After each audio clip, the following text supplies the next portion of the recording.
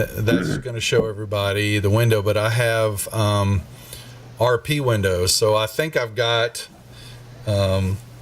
since I know everybody's layout from this window, I've got different screens. So when we go into RP mode with the Savage Worlds, there's not always a combat window. We can do stuff in roles and talk and interact in the game without having to have a true map up a lot. And so I've made some other overlays that will just be showcasing us and some graphics. There'll be some with the combat tracker, some with just the pictures of us. So be able to kind of change scenes from time to time. So I'll lay those out afterwards. We'll stay on this one for the moment. And okay, so we are ready to go. Hello, folks, and anybody that's in Twitchverse watching. Here we go. Wish us luck. This is going to be scary because I'm a Savage Worlds noob, but we are. Hey, there we go. RPG fanboy, appreciate it. Yes, we are streaming our first session, at least my first session of Savage Worlds and our lovely Deadlands series.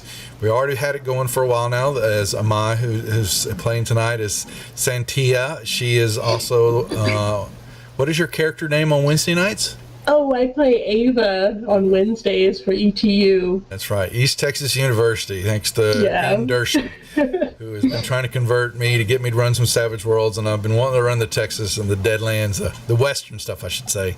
So I have some guinea pigs that are going to help us out here. Some Monday session guys, and I from Tuesdays and Saturdays. And so we're going to have, and then Gary, who's playing Thaddeus, he's here, and also over on the Dungeon Dwellers. And then we have Ro and Joseph, our rules lawyers. They keep me in line. So, all right, well, we're going to get started here. We are, like I said, we're going to be learning and playing Savage Worlds in the Deadlands series, and we'll be on the current rule set. The Adventures edition is out, which I have purchased, part of the Kickstarter and all that, but until they release it all and get it all encoded in Fantasy Grounds and all that, I figured we wanted to go ahead and get started and playing the game and learning it, even if it's the old rules. There's not a lot of changes. Oh, hello. Ooh. Yep. I'm going to mute my phone. There you go. Whee! That's not very Westerny. No, that's Zelda. I used to have that exact notification years back. What's that RPG fanboy? You're saying you haven't heard of Deadlands or Savage Worlds, or all of the above? Yes, another rule set, another game system by Pinnacle Entertainment. And I've played some Deadlands before with Corey or Dean Dersham, or we have met several years ago. And he has introduced me to it and enjoyed it. And we started on the session that we were playing tonight. Never really got finished with it, but it's a nice intro session that I can then develop from there and take them down some other paths of learning and update, just having fun. But it's going to be rough and bumpy for a little bit because I still have not got all the rules down. And so in that being the case, like I sent to all of y'all, I think, make sure, Joseph, I think everybody, make sure you got it. We sent a cheat sheet for everybody to see, our Savage Worlds cheat sheet. Yay. That we're going to need. Boy. I'm definitely going to need that. That's right. I promise. So we'll do our typical introductions and learning about each and every one of our characters. We will start off with the great Alexander Anderson. Tell us all about Alexander that you can. Well, there's not much to hide. I mean, he's a good Catholic priest who runs an orphanage for needy children. He also is very devout in slaughtering of the non-believers and any kind of supernatural beings. He will go to almost no end and cannot be stopped once he has made up his mind. Uh-oh. That sounds intense. Alrighty, and he's known as what is his class, so to speak? What do we call him? He is what is it? Blessed. Blessed, yes. Basically religious type, right? Yes. Yeah, okay. and everybody in this is human too. This is set in the Old West. And it's, if you don't know the Deadlands, kind of the timeline is that the Civil War had raged on, and the country is still split in two, and there was a big earthquake on the California coast, which dropped a large section of that continent into the water and exposed a bunch of stuff, and just a restructured the whole landscape over there. And it's still set in that time period of the 1800s, late 1800s. And there is some magic, there is some evil, and monsters, somewhat more really based on the people than the monsters, but lots of that going on. There are, which we haven't really got into, but something called Ghost Rock, which we will discover and work and learn about, They basically are, the rail lines are all competing with each other to connect one coastline to the other, and there's a lot of that going on. But let's from there we have Alexander. We have Cynthia. Say hello to everybody. Hola. Hi, everybody. I'm Mai. I'm playing Cynthia today. Her name is Cynthia Rosalina Morales. She is from south of the border, and she was a farm girl. She's a middle child of 7 children. She had to take care of her younger brother and sisters, but she was more of a tomboy type. But that was frowned upon, so she didn't really get into that. Her family was kind of ransacked by a bunch of banditos, and her and her sisters were taken away. And then she managed to fight away and just go and escape, but she did not manage to save her family, unfortunately, so she kind of has been wandering ever since. That's her thing. Okay. Then we have Thaddeus. Let's see. Well, I am Thaddeus Walker, also Devil Dog 1833 on Twitch. Thaddeus has become a bounty hunter because his parents were killed, so he is looking for said murderers and making money in the process. Short and sweet. Short and sweet. Short and sweet. And last but not least, our demented one, our strange one. He's a mad scientist, best to call him, and he's Dr. Ivan. What is it? Ivan Neutrinoverse. Tell us about He's a Ivan. brilliant scientist, I might add. And I am out in the West because I have a plan. I've put a man on the moon, and I have the program. Everything is perfect. I just need to run the tests out. So I need 4.2 tons of ghost rock and a monkey, which are surprisingly much harder to find than you would think. Oh my. Well, interesting. All right. I'm trying to see how I can get y'all's names off of the windows, but I don't see. Couple y'all because of the way. You just have to drag the video up Then I'll more, cut some and of y'all's heads off. We'll figure it out later.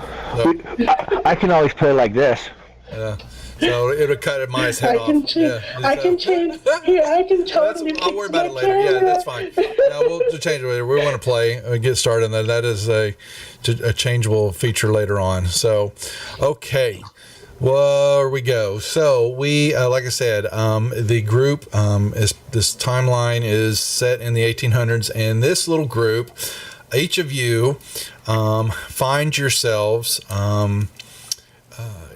doing your normal activities. You all have have come across this enigma of a man named Prater.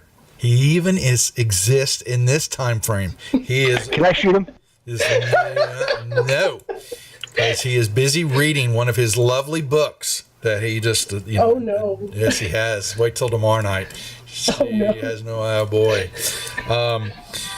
Anyway, so yes, and he is a cattle baron in the Panhandle, New Mexico, Texas border, and he has employed each and every one of you at different points and times to, research for the doctor's case, or in Thaddeus' case, finding an individual or two.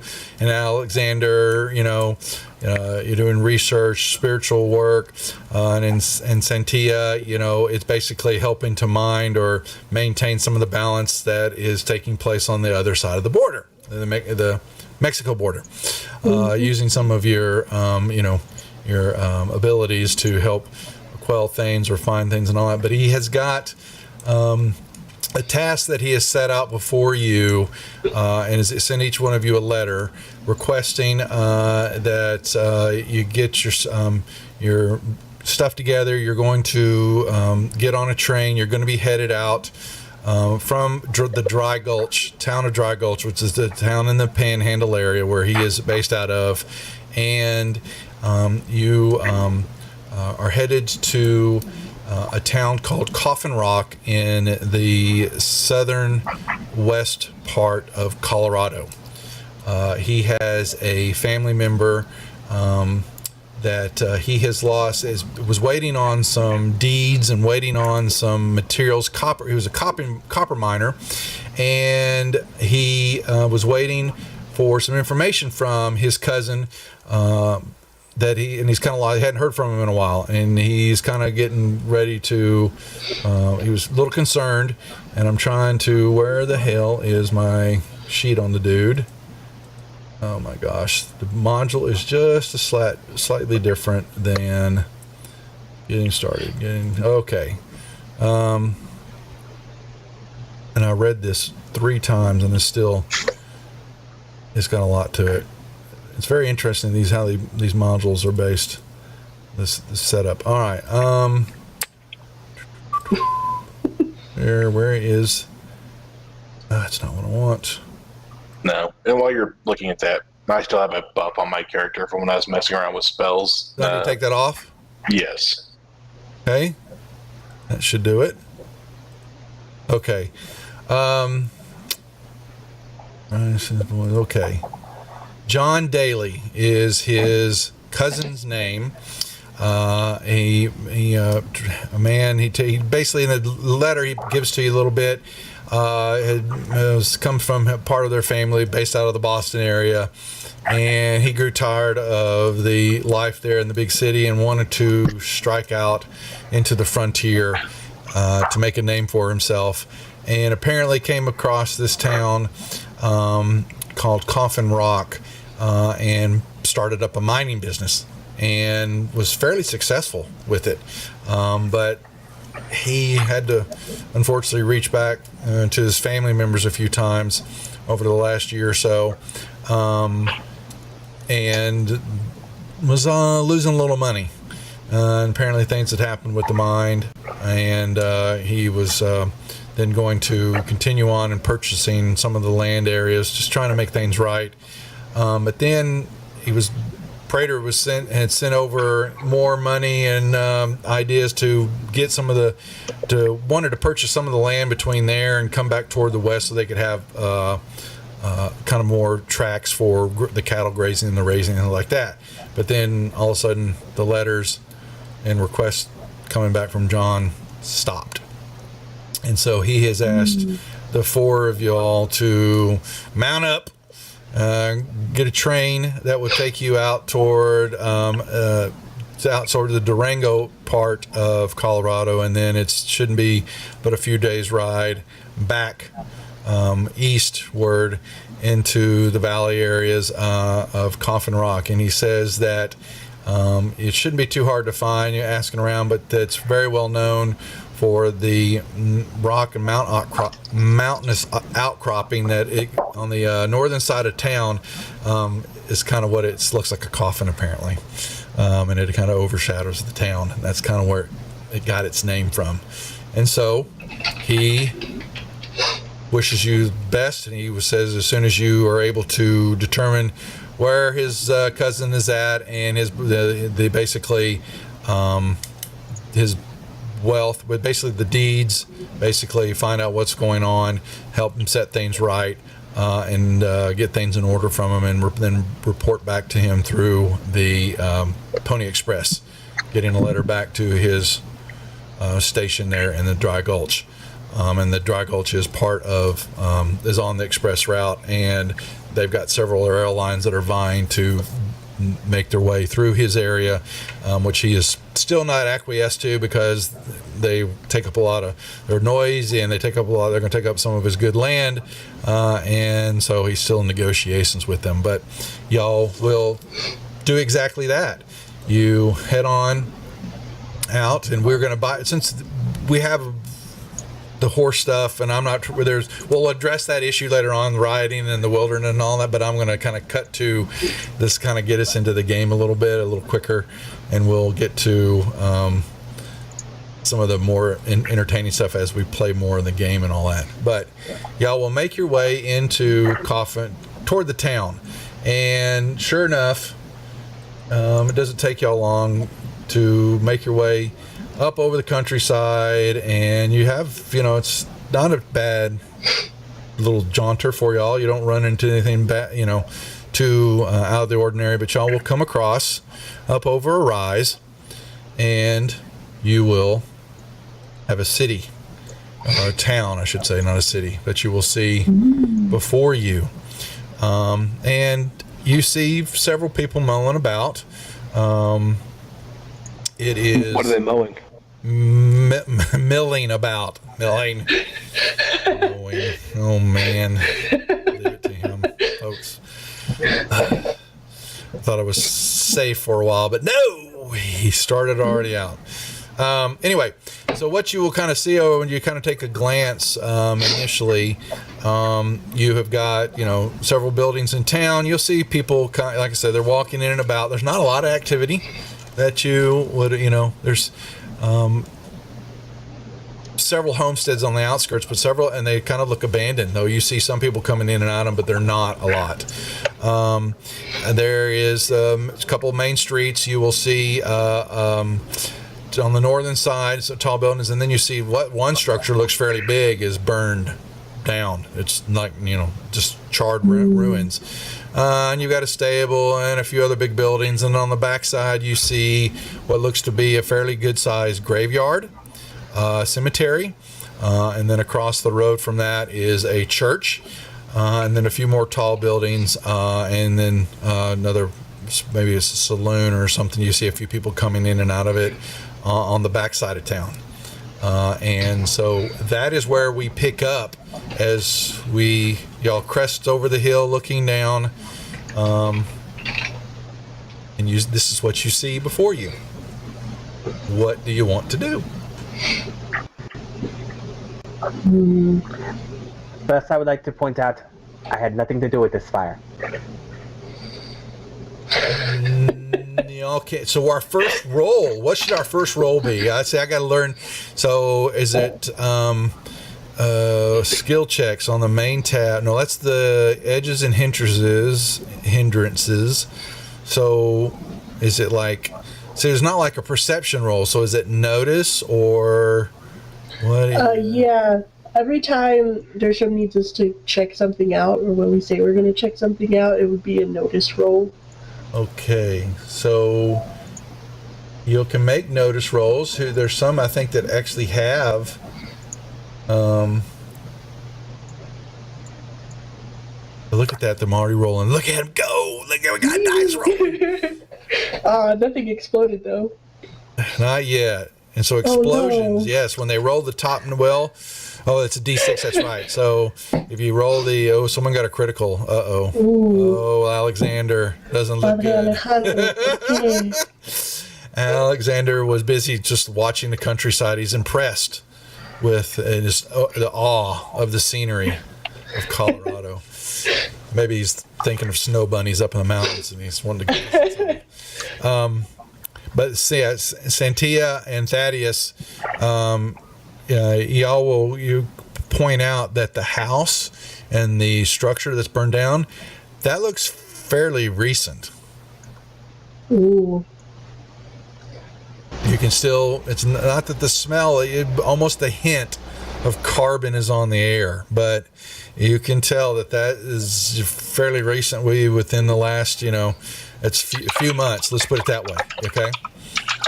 Okay, so we are near the burned remains. You can just see, y'all are over the hillside, on the hillside, kind of looking down over the town, and you can see y'all are on the north side of town, which will be the map. It would be close to the structure and all that.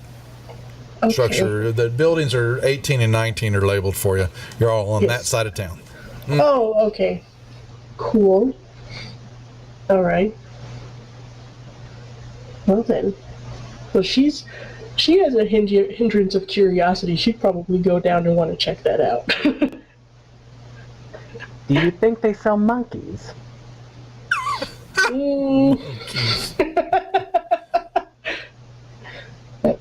I don't think so, Doctor. Fine. I am not selling for the dog. No, Dr. Ivan. No monkeys here. There's plenty of heathens I bet you could throw into space, though. That does me no good. It must be a monkey. Everyone knows. First subject, always monkey. Heretics make great test subjects. Find a good non-believer, throw them in space, same thing. Not the monkeys. All the great scientists use the monkeys. You do not understand. Procedures. Very important. But are you not greater than those scientists? Would you not do something different from them? Smarter? Better? Of course. That is why I need the 4.2 tons of ghost rock. Everyone else is crazy. Steam. I don't know where you're going to find all that ghost rock, Doctor. They said it is in the west. I come west. There's supposed to be ghost rocks and monkeys everywhere. I see neither. But we'll get there. We'll get there. I don't know who lied to you, Doctor. I was lied to? No. There's ghost rock. I have it here somewhere. I had some ghost rock here somewhere. It's here somewhere. Bueno, vámonos, caballeros. Let's go. Let's check these out. She's gonna start heading down. She's gonna start going. Okay. Yeah. The rest of y'all are going to follow or just kind of watch her saunter off? No, the doctor will spur Rebecca, his valiant steed, into motion. Okay. I'll head on down to the town as well. Yeah, I'm heading down to the town. Probably going to be going to the pub to see what happened to this burnt house, if anybody knows anything. All right. So the doctor and Santia are going to stop at the house, and the other two, you're going to kind of just continue on in, making your way down to the intersection of what you wouldn't know is First Avenue and Daly Street, but y'all are going to kind of make your way to that intersection. And so the doctor and Santia, this house looked like it was fairly nice. And back in its day, this was a mansion of some sort. Someone rich would have lived here, and there is it is charred. Yeah, basically from top to bottom. There's not much left at all. It was whatever took it out was fairly intense, and the doctor wants to look at her and be like, "You did not get your deposit back when the house looks like this. Trust me, I know." The deposit? Yes. You pay the deposit, and the man, he promises that you won't blow up his house when you leave. But sometimes things happen. Shrugs. all right. Anything you want to do, or just you basically are seeing which would have been a very nice, Southern style mansion, type. Can I tell what blew it up, burned it down, took it apart? You can make me an investigation. Can I apply my engineering or physics knowledge instead?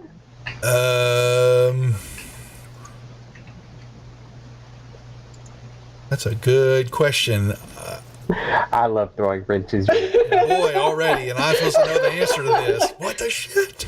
Wait, you're trying to find out where something came from? Yeah, make it. Let's do it like how do you do it like a -2 on the roll? Oh, So- you'd have to write it in the modifier, do -2 where that star is. It looks like a Well, it badge. doesn't matter. I don't have investigation the skill, so it would be an unskilled. Oh, it is. Oh, but it just blew up. What the hell? What the hell are you doing? Oh my God! Holy moly! That's called a 17. raise. A double, triple duper raise. Welcome to Savage Worlds dice rolling. Yeah, there's your explosion. So when a dice explodes, it continues to roll when it gets the highest number on the roll, it's called an exploding dice, and then it rolls 4 times. again, and it went 4. Wow. So like that means that's like what? That's 3 raises, right? Yeah. Holy So it's more moly! shitty liches. Gotcha. 4 because it was a D4 that you rolled, right? Because you don't have it, and so that went to 19 was the actual roll. So that's actually 4, 5. That's 3 raises, yeah, because it's a 4, then 3 more go up above it. Wow. Wow. Well, you're poking around and smelling and licking the wood and kicking up stuff around. You will see that this was you can tell that this was intentionally set. That this is some type of combustible, whether it be kerosene, something quite mixture of kerosene and something else. There, you can at least get that taste of it. Was spread out through a lot of the lower floor area and lit inside.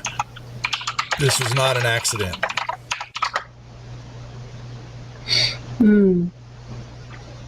Yep. And you can tell,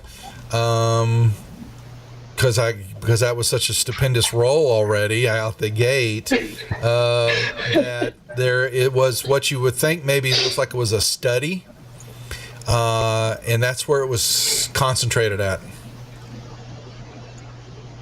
But West, I could have used all this. Uh-huh. Wow. Very nice. And there's nothing else in there that. Yep. Not at all. That you can tell. It's all gone. Anything of value of use is totally destroyed. All right. So while they were doing that, the other 2 gentlemen, y'all, you make your way into town, and you will, let's see, because the way they break the stories apart is just a little different also. I wish they numbered this to match where's my map? Derp, why do I do that? GM key. All right, which way do you want to go when y'all go to the intersection? While they're I'm looking for the pub, the bar.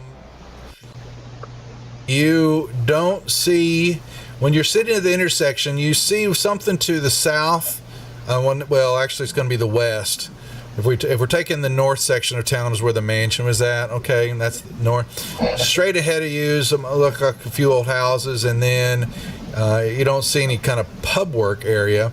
To your west looks like something that may have been a bank. You can kind of tell, and then you've got the corral and livery is the main structure right in front of you, and you kind of you can make me another notice roll. Well, you and the good Alexander, while you're all sitting there, look at them bitch slapping me around with their rolls, man. God almighty. Because the big thing with Savage Worlds is the hit number usually is a 4, based on the dice and plus or minus modifiers. And what you're seeing right now is they're slapping me around with a 9 and a 4. You definitely detect, though you don't hear any horses coming from the crowd, but you can smell that something's dead. So, It smell. There's a smell of death in the air. The smell of death coming from the livery. There are no horses or anything. Yeah, the corral is empty, and it doesn't like it's been used in a while either. Alexander, I smell death. Maybe we should go grab the other two and have them come with us to investigate. Yes, it's a wonderful smell, isn't it? I mean, as long as it's heathens and non-believers. It's probably what happened to that house back there. Darn heathens. God smote them with his lightning, I swear. And you don't, from where you're distant, you don't see any bar, you don't see a saloon from right here in this area. I will head back towards the other two and let them know that I've smelled the smell of death over here in this area. You will see, and y'all have kind of noticed a few people kind of give you, there's a few elderly people that walk in and out of the street or come out of the house in front of you, and there's a couple more structures down south from the burnout house. They come in and out, and they've looked at you, and they stare for a moment, kind of look at each other. If they're with somebody else or by themselves, they kind of stare, look, and then they kind of turn around and move off at a little bit quicker pace than they were originally walking when they first came into your view. You will see some other individuals coming out into the town from the mountain area, which is going to be kind of the northeast section of town. They look more like of the miner type. There are a few, and they kind of walk in, but they're going toward the southern end of town. Hey, Duff. Should we get rolled for or drawn our bennies? Yeah, you could do the bennies. Yeah, we could do that too. Yeah. I think you have to do that, don't you? Yeah, good question. See, I don't remember this stuff. All right, so let's see. Oh, that's right. You got to do bennies. So how do I add? Yeah. Oh. Is that a pencil sharpener? Okay, well, I need Corey. This is where I need Corey. How the hell did I give y'all bennies? Y'all make fun of my typing, and he has a pencil sharpener on his desk. Sir, some of us still use pencil sharpeners. That's the cards. I saw it on. Is it the party sheet? I think it was the party sheet for the DMs. There was a draw fate chips or something. Like I said, I played with it, but I don't remember where I saw it exactly. I know that's. Okay, hold on, folks. Oh yeah, okay, I know where it's at. Hold on. I had this coded tools. There it is. Okay, so the fate chips in it's here. fate chips, yes. Fate chip bag. So I get 3. I get 1 for each one of y'all. Yeah. Okay. Oh wow. And then how do I give y'all? I should say there's a way to auto draw for everyone because it takes into account feats and stuff. Because that's why I was testing my feat. Yeah. Okay. There's Thaddeus Walker, and you guys get 3 each. No. Wait, is it 3? Is No. it 1 per player? Three's normal, but if some of us have modifiers. Okay, then tell me if you get a mod, because right now I'm clicking on. I'm at least giving y'all 3 right now. There they are. Yeah. And I've got 4. You get 1 more. Yeah. Okay. I'll find the thing for it. I got to find out where it's at then, because I was looking for that, and I saw I've got like the decks, and I can do the cards and all that, and the chip bag. Because like I said, I tested to see if it took into account Reset fate chips. the edges and whatnot. I will learn this. But y'all at least have. I gave each of y'all 3, and then you got an extra one, Ivan, right? Yes. Okay. What's up, Eric? I just don't know if anybody else has any modifiers. I don't know. Do y'all? I don't think so. No, I didn't take an edge that gave me an extra benny. To mine. Okay. Make a note. DM, learn how to give fate chip sheet. Okay. I really want to learn. It's got a lot of potential. A lot of the RP is really built into On the this, party sheet at the bottom of the reset fate chips, when I click it on running another instance, it actually has everyone draw the appropriate number. Okay, so say that again on On the party sheet, like your I'll get you a screen capture from my tester. Party sheet. Oh, reset. Okay, I got the reset fate chips, but Yes, and that will have us all draw. It will discard all existing fate chips and draw your new ones because you discard all and draw at the beginning of the session normally. okay. We all got some pretty good fate chips, so I'm gonna unless y'all really want them back, except for Thaddeus. Thaddeus got all white. All right. I'm fine with mine. I was about to say we'll go right there, then we'll try it again because I need to actually I probably should test it with my second client up, and then I can play around with it and learn how to automate more of this because I've got like screens of all of the effects and I can bring all this stuff up, and I'm like going, man, you know, I thought I knew 5e and I don't know this at all. Man, okay, all right, so you have your fate chips. And you know how to use them. So I know Amai, you know really how to use them, but the rest of the guys, y'all know how to use them too. For with the difference between white, red, and the blues, you want to use the reds. See, that's a difference. I don't. The ones that we use on ETU are just like there's just one section of chips. Deadlands has the white, the red, the blue, and the legend. I'd say that's unique to Deadlands. Yeah. Yeah, it is. Yeah, you want to use the red ones a lot, Amai. I would not lie you. I wouldn't set you wrong. Yeah. The red ones will be use the red ones unless you have to. They'll be the ones I use for free healing. But you can use the red ones and say you're going to use it just as a white, though.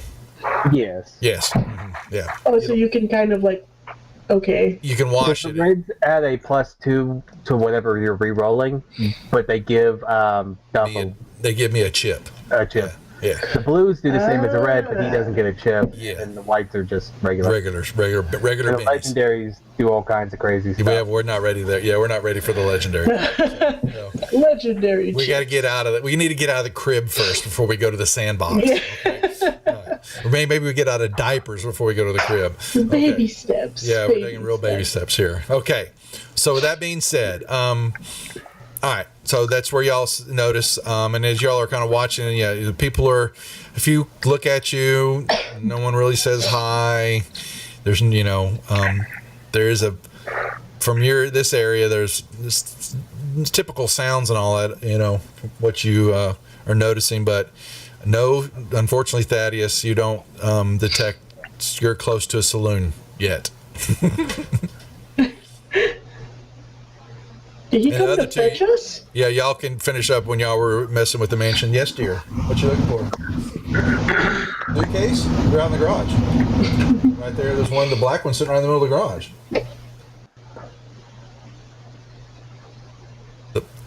The missus is messing with me.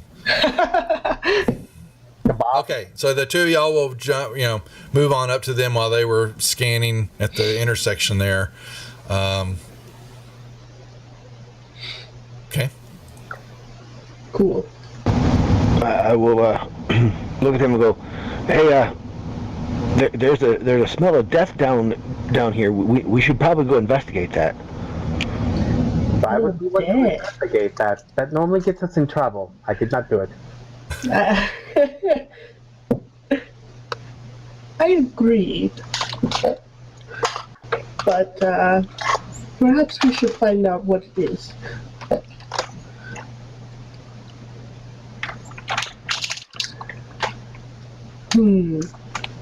Where is Padre Alejandro? No, I'm still down here waiting outside the stable where the smell of death is for y'all. I've got y'all at the intersection. Have you moved on down to the livery house? So I'm letting y'all tell me what's going on, because this is kind of how this plays out. Is a little bit more of you have to kind of let me know what your actions are. There's not, it's kind of a little bit more wide open what's happening right now. Okay. Well, I guess Santia will follow Thaddeus back to where the father is. Father Alexander, is that what we're going to call him? Padre Alejandro. Father Alexander Anderson. Gotcha. Yeah, Alejandro. I like it. Now I'm catching it. I'll get there, Maya. I'll catch up to you. I'm slow right now. Okay. Padre Alejandro. That's how we're going. She's going to butcher everyone's names, I'm telling you. I will too. So. It's going to be a good time.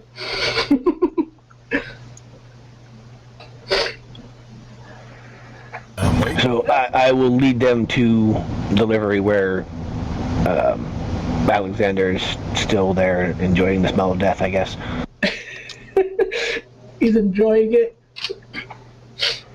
All right. Yeah, you move up to livery. It is definitely board. It's closed up. When you get closer, you definitely can detect something is dead inside. Could I try and figure out where it is? I don't know if this would help, but Santia has the scout edge. Maybe that could help. Try and find and pinpoint it. It's inside. Inside. It's inside. Inside here. Yeah. Inside of the pub? The livery. No. So the building you're looking at, you've got the corral, and that's that building with the blue roof on it. That's the livery, where you would take you basically a big barn or a big holding cell, internal holding cell with stalls in it, where they would put horses Kind of like a and stable. Stables basically. Yeah, another word for livery, stables. Yeah. Building number 9. Number 9. Oh, okay. That's where y'all are coming in from, right there. Yep. There Okay. You go. Cool. Next to the corral, and the corral is empty, and it looks like it has not been used in quite a while. All right. I'll walk up to the doors and see if they're open. There's slightly ajar, and they're not barred, but they haven't been open in a while either. You can tell just for kind of way the dirt's piled up along the bottom of the wood, and dust and wind over time has pushed up maybe some weeds, dead grass, some trash, maybe stuff that's blown up from the house. Yeah, but you had to pull on the door a little bit, but it's not locked at all. Gonna open her up? Yeah, I will open the door with one hand and have my other on my Pew pew, peacemaker, pew pew. which I will be naming one sooner or later. Oh no. Okay. Yeah, you open up the door, and yes, definitely the waft, the smell of death emanates from this dark. It's just there's it's kind of boarded up inside. There are definitely flies, insects, come buzzing out, and you look like you can hear a couple stalls down.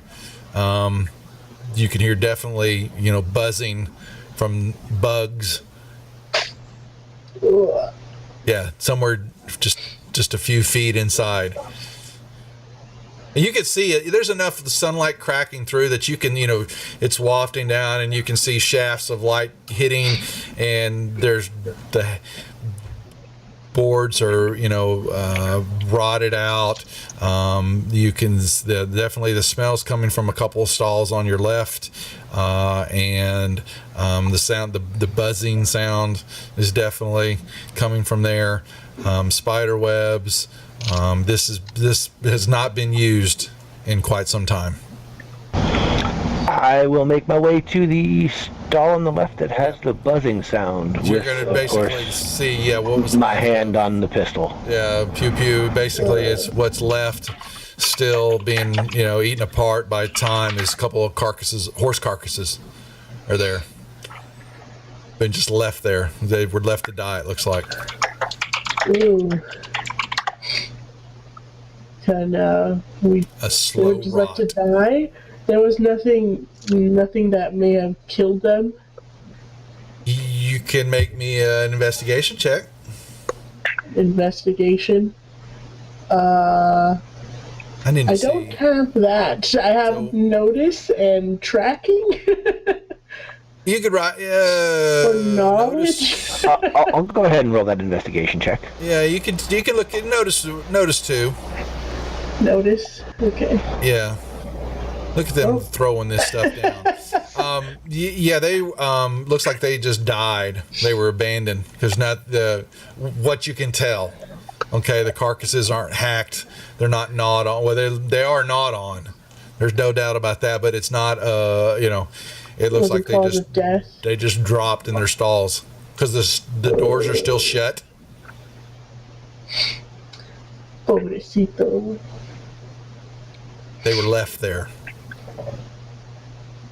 And there's nothing else inside of here that's...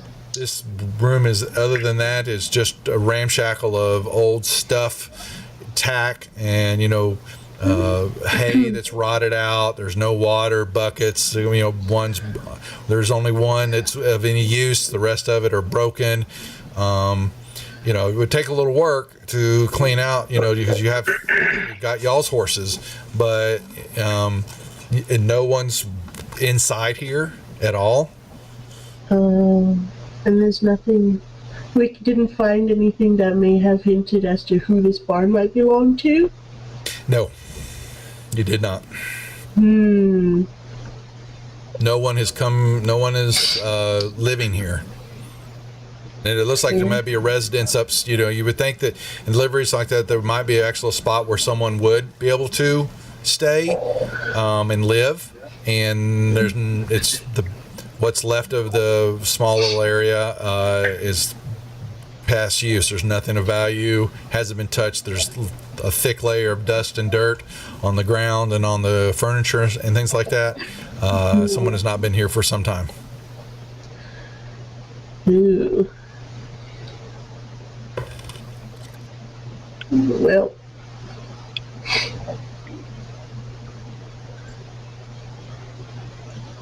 Dun dun dun. What do you do? I guess I will. When is lunch again? Oi. I will meal. turn to the group and say, "Okay, guys, it's just these dead horses. We just got to get out of here and find some place to stable our horses for the night. Maybe ask around town what happened here." Yes, let's not leave our horses here. Yeah, you could go through the other side of the livery. If you'll see on the map, there's couple of another doors that kind of lead to the little courtyard area where more, stuff could be stored and things could be pinned up, wagons and all like that. There's really nothing there. And it looks like you're kind of, you can basically, from the back side of the building, number 12, when you're looking at that, you see lots of, it's blackened, the boards are blackened. There's, I would think that Dr. Ivan, roll me a notice roll or knowledge roll. Just give me something. I say I got to figure out what to roll. Yeah. Okay. Well, never mind. Trait. I need to learn these skills a little better because I keep thinking they're going to line up to what 5e has. Some of them do, some of them don't. I was just saying, I think notice is close to what we're expecting for notice. Perception. Yeah. And survival. A lot of them kind of die up. Investigation. Yeah. Okay. The knowledge is where it's going to get weird because technically there's general knowledge and then there's they break it all apart. Number of specific ones. Yeah. Yeah. Right. But I'm going to give it to you. You're looking at it, and it looks like it's maybe the backside of a blacksmith. Do you think they have ghost rock there? I don't know. Hi. There's only one way to find out. Never And before we head over there, I am going to go through and say a blessing for the horses. They did not deserve to be left in a rot like that. No, Okay. pobrecitos. All right. I'd like what is faith? Maybe spirit? No. Clearly there's a faith skill for the blast. I'm wanting him. I'm kind of, it's arcane.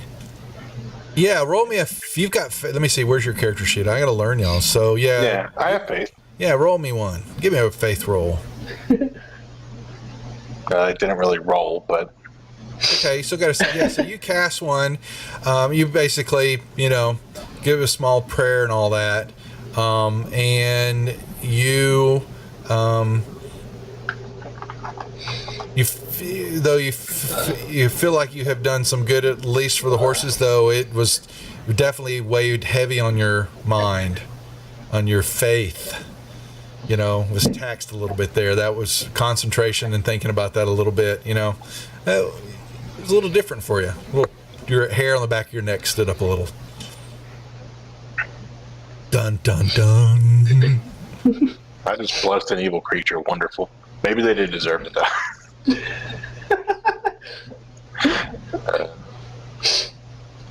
Like it was in the atmosphere around you. You felt little flux there. Something. Not sure what it was. Making the demons angry. I do not believe in demons. All right. There are demons in all of us, whether you believe in them or not. You see, other than what's left, that the corral and the stables, they're in workable conditions. It's going to take a little time, to shore things up so the horses don't wander off you. But you don't see why you can't use them. The only one you've seen so far, you got to find a place for your horses, I would assume. So, but that's just me. Well, as a former farmer, would Santia deem this place a decent place to keep the horses? You could, but it'll take some work. They're definitely not going to stay in there with all that dead smell. They'll be spooked by it. But as far as a little work and all that, no, it wouldn't take some, not that much time at all. A day, inside a day to get it all fixed up. Okay.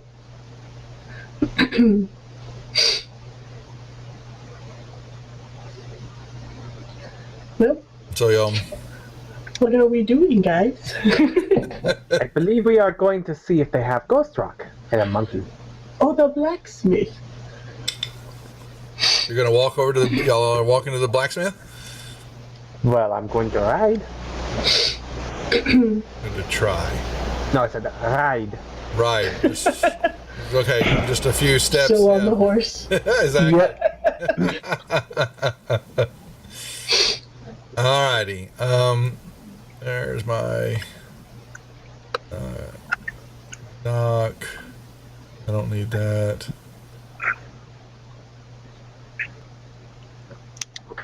Alright. Come on. Trying to find out where is my.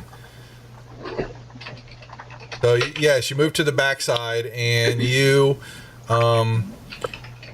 it's closed up, but there's soot everywhere. The windows, there's just one window that you will see. It's covered in soot, some filth and all that. But you can hear someone banging around, doing something inside. Are there any doors in the back? One, yep, back door. I would like to go up to it and knock on it. Ah. All right. You will bang on the door. And for a brief, takes a few moments. You hear the pounding stop, and let me see, it's, then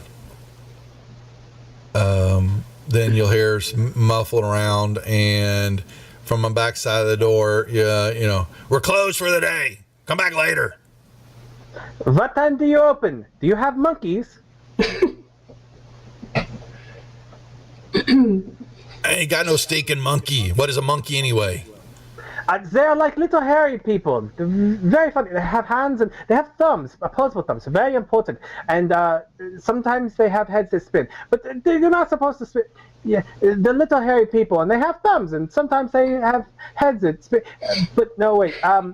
They're little hairy people, and they have thumbs. It's very important they have the thumbs. And the little hands, and you put the suits on them sometimes, and the helmets, and you put them in the pot, and then you put the ghost rock underneath it, you light it, and they go up into the space.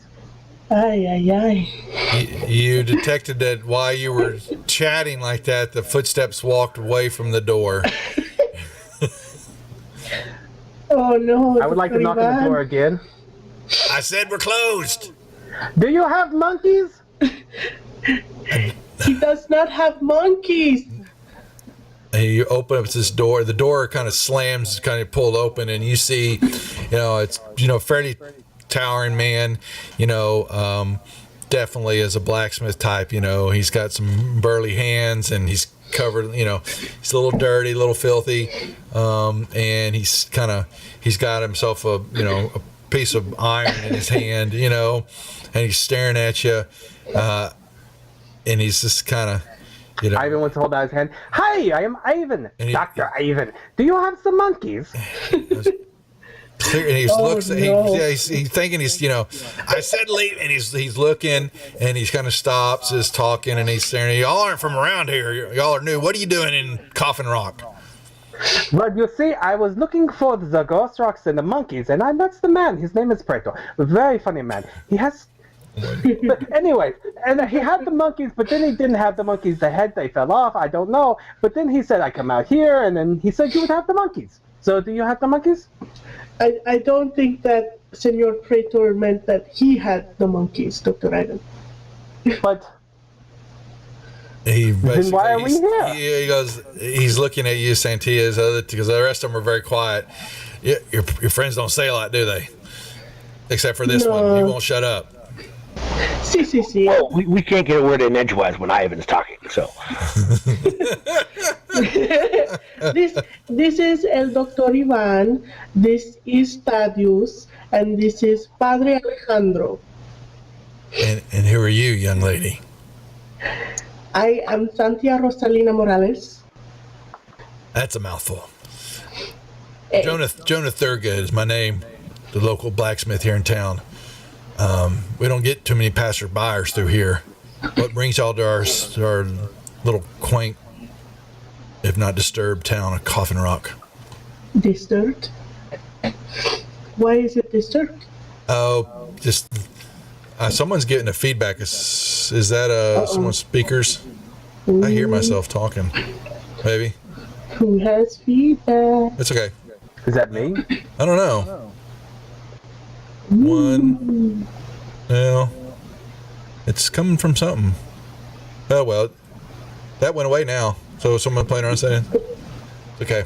Don't worry about it. No, it could be the settings. It's coming from Ivan, from the looks of it. Yeah, I think a little bit. We may have to play with that. Okay, It's still doing that weird thing where what you hear is coming through your mic again. Mm-hmm. Yeah, I'll have to play with it. Okay.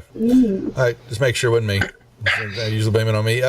He's kind of ponders a little bit. He goes, yeah, it's, folk talking about stuff, all, spooky stuff. He said this visions, and they're having some hallucinating and all that. And whatever.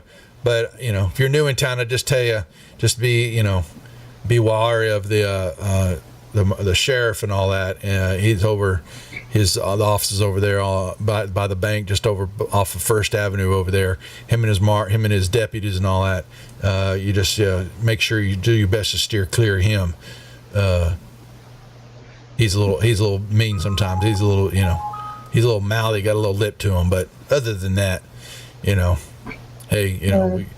just keep to him and just stay out of the hills. There's plenty of outlaws in the hills that kind of stake their way out. Don't come into town much, but for whatever reason, but they'll waylay you on the outskirts. You just got to be careful. I got a few little inquiries. One, what happened to the stables? Why is there dead horses? And two, who burnt down the big house? That's a good question. That went up one night in a big old flame. Nobody, sheriff, he thought it was one of the drunk miners, and didn't even give him a damn trial. Just put him on the noose and hung him up one day over by the graveyard. Blamed him for setting the place afire. As for the livery and all that, I don't even remember his name now. He just packed up one day and left. Said he'd had enough of not thinking straight. And I guess the frontier life just wasn't for him. He packed up and left. Didn't even say bye. I used to shoe plenty of horses and some of the livestock that came through, but not much business now on that. It's a shame too. This used to be a good town.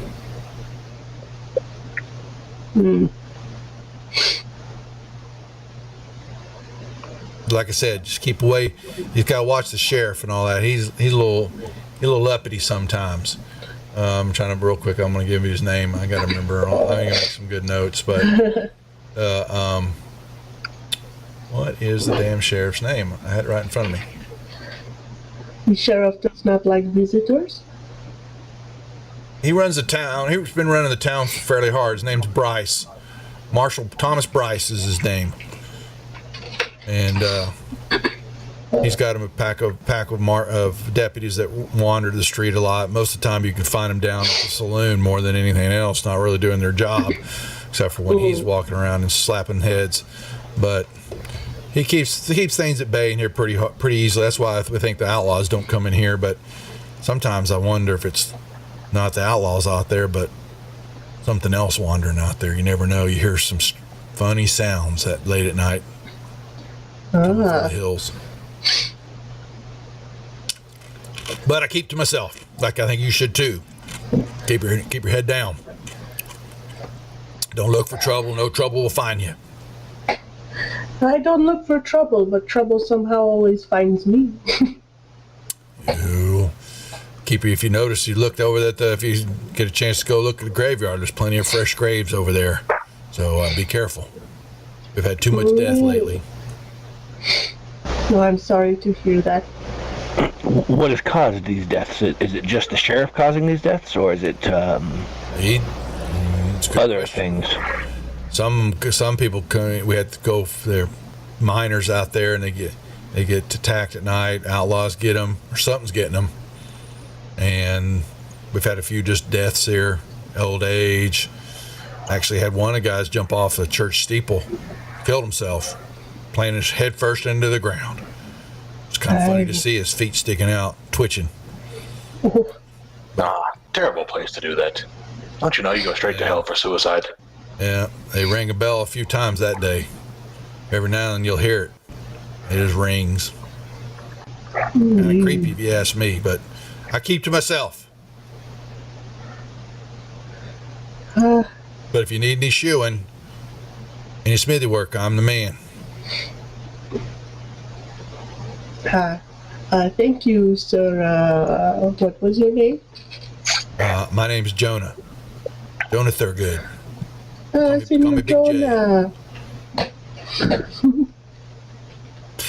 Ba-ting! Get a bit of a Ba-ting!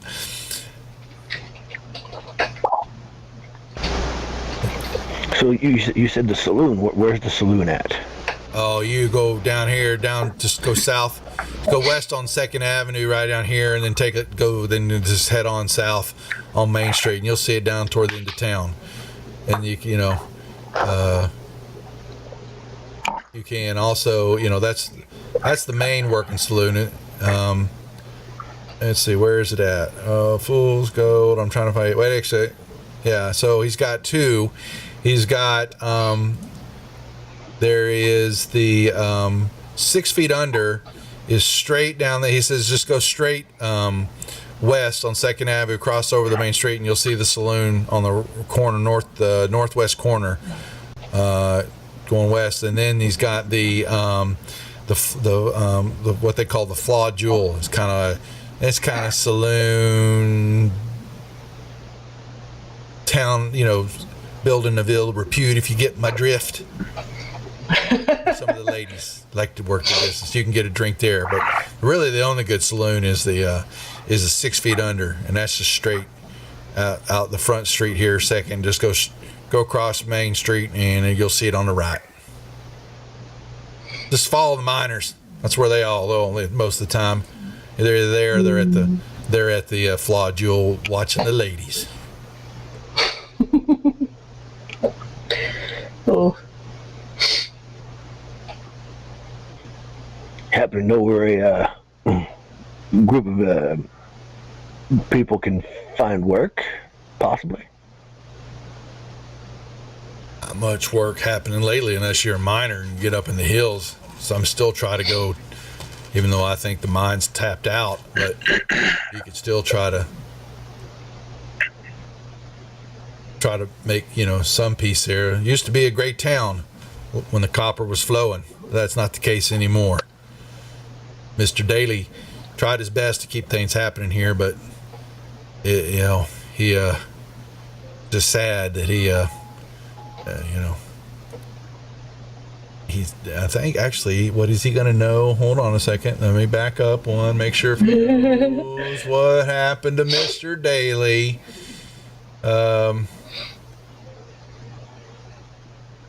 That's the hotel.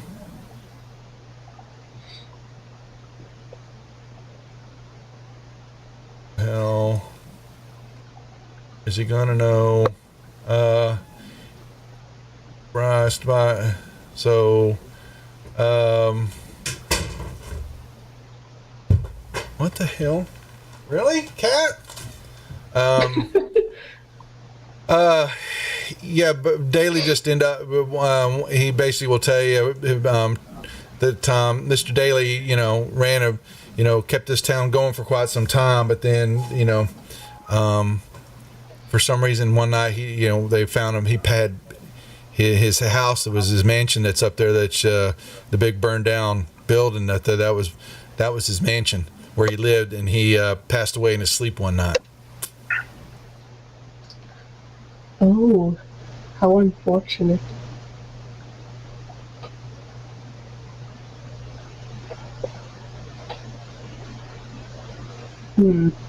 Was he sleeping when the fire started? Or Oh no, that happened. That happened several days later. We think Marshall thinks one of the miners was looking for something to try to parlay for money and to find whiskey to buy a drink, and set it on fire, and Marshall hung him. Oh.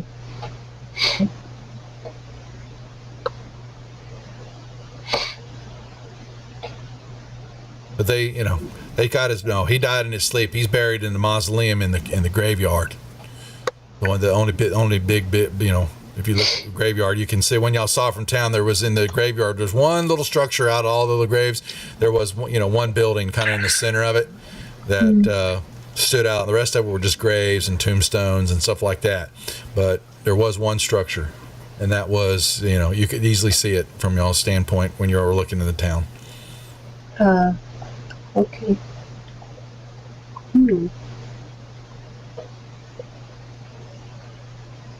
And so he says, like I said, you need anything to come back, but next time come to the front door. And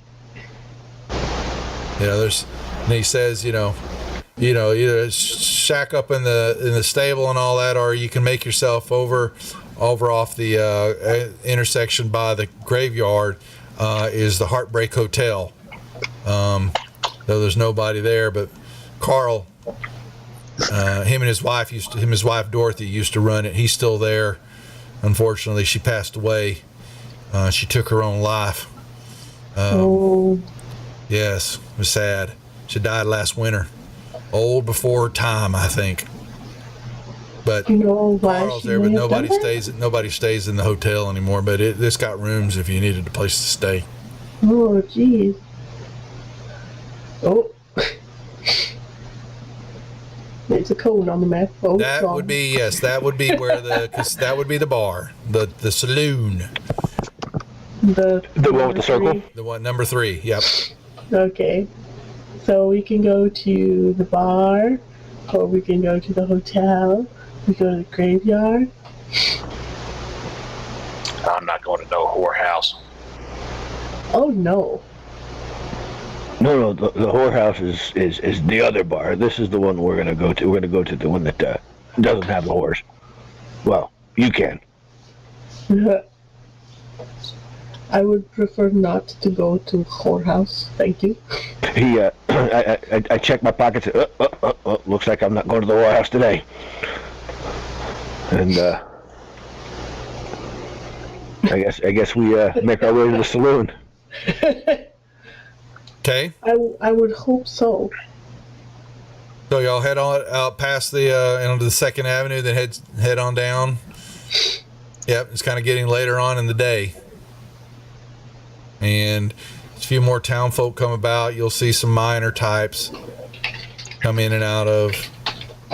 But you can see standing proudly there at that intersection. And you can hear a few, cat calls, some yelling, table knock over. You hear some, little piano music. I gotta figure out why you can't hear sound. That's sad. we don't hear any of the fun stuff. No, is that well? I got some music. I was gonna play some music, but I gotta figure out why I can't get that. So Does the stream get to hear it at least? Let's see. I think so. Let me see. Yeah, the music's on the stream. Yeah, the music is on the stream.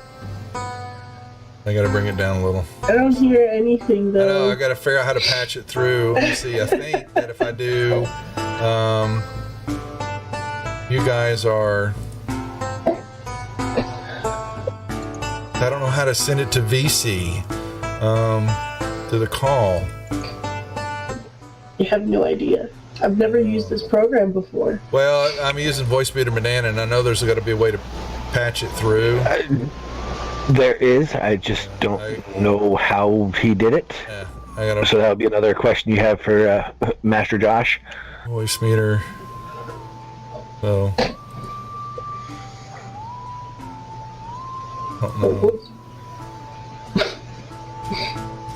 I spend most of my time figuring out how to not put more than my voice through the microphone, not how to add everything I hear to it.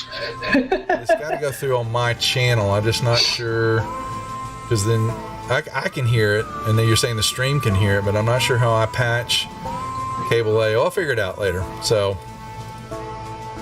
but the stream got a little. At least the stream gets to hear all the fun stuff. And I should find some anyway while we're doing that. So, you're making your way to 6 feet under. Is that correct? Yeah. Is there anybody that's being real prejudiced? No, well, so y'all kind of, you kind of walk, make your way up to the front entrance of it. It's, typical old, Western saloon. The two windows that are flanking the front entrance, though, they're just caked with enough dust that it's almost opaque. They're just, but you can see some kind of movement. There's definitely, corralling going on inside there, corrals and whatever you want to call it.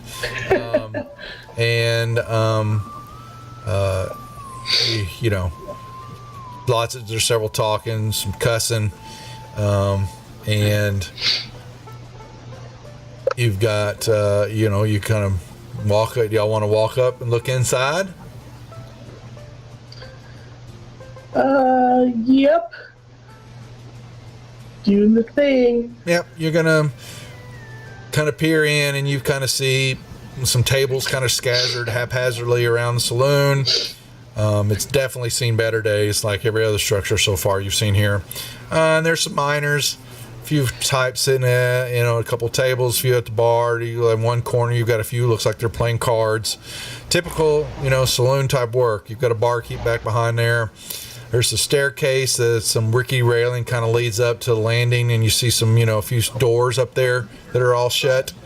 And then there's a kind of a chandelier that hangs from the ceiling, providing a little light.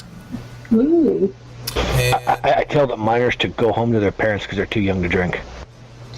Oh, God. Oh my God. And we're done for the night, folks. Thanks a lot. Thanks for watching. This was a good test run. We'll be back next week. Deadlands, game over. Yep, y'all are sitting there chatting, and you'll see a few miners come staggering out, get out of the way. Mind where you're looking, lady. I'd use some other terms, but I don't want to upset them. Use the, some. I mean, they use a few. I won't be offended. You're also on the stream. I don't want to upset them. Make sure you use the right terms. And I have friends watching, but they don't care. You got a few. There's 4 that are definitely. There's about 4 left in there, and there's definitely drinking, and they're argumentative, and they playing some poker, and it's you cheating, they slap down, I don't think so, and they kind of push each other around, and just deal the cards, you puke head, and they taking shots, and they're what you're watching is they're they got a purpose. They're it's not casual drinking that you see going on. You've got a piano player, definitely. He's kind of playing on, just banging, just a slow type melancholy music that he's kind of banging on the ivories. And it's not quite in tune, but but he is playing away, and he just kind of keeps his head down, and he and you see him, he's moving one of his arms, he kind of misses a few keys every now and then, and he kind of shifts in the seat, and he plays a little bit more, and then you got the barkeep back behind there. He's not very healthy looking barkeep from what you're seeing out there.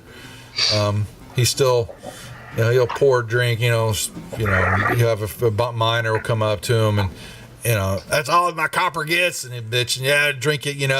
Shut up. Just get what you get. And he has to fight a couple off, push them back away, and then you've got one girl that you'll see. That's cleaning up, not really doing not doing like slinging drinks and all that, not like a winch, but she will sweep up a little bit. She'll pick up some of the glasses. She'll arrange the chairs, but a miner, or we've got a couple of townsfolk that are kind of sitting over there, having a drink. They don't put the tables back or the chairs back, when she puts them into the right spot.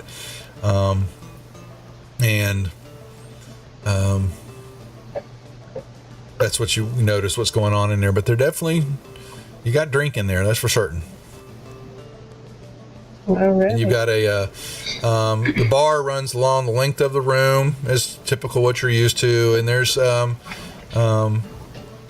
people sitting there. There's a few town folk at the bar, and you got the miners playing poker, and then behind the bar is a big old filthy cracked mirror. Ooh.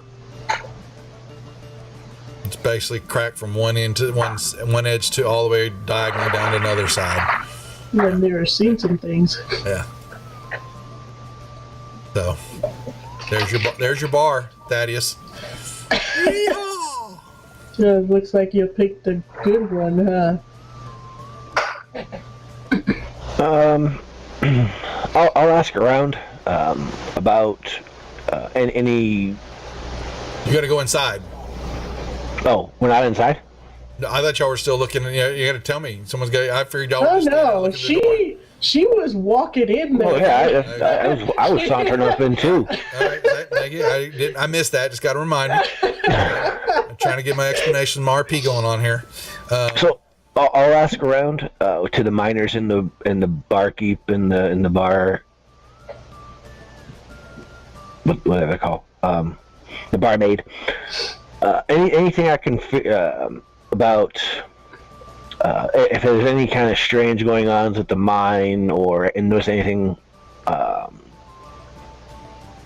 weird going on in town. Who do you ask that to? Well, I'll ask the miners about the mines, and the barkeep and the barmaid about any strange going on in the town. The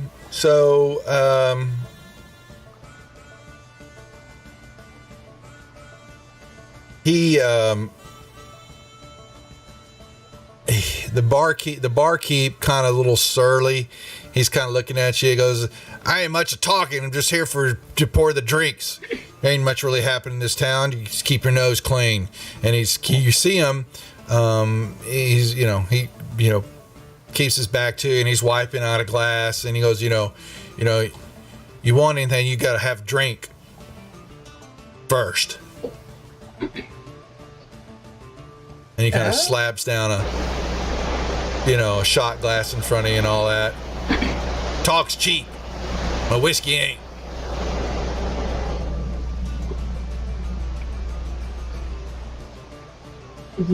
Is he offering?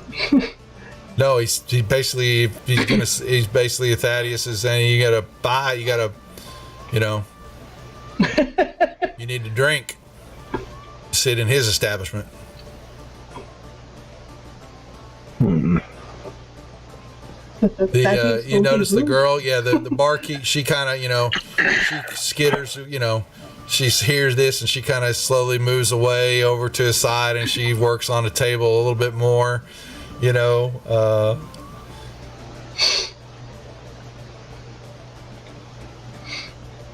than she had been. She's just kind of staying away. You got a couple of, Joseph, you left. He was having issues with his mic.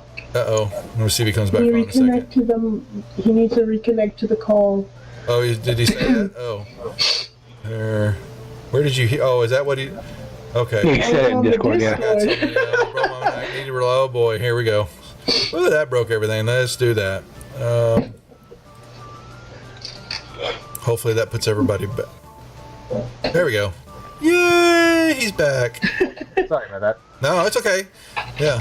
I've got so many screens up over. I'll miss when y'all text me and all that. I've got the notifications turned off, so thanks for letting me know, You can always send it through VC too. I've got on one monitor. Yep. Gonna have 7 programs open while I'm looking at stuff. So, but so much stuff.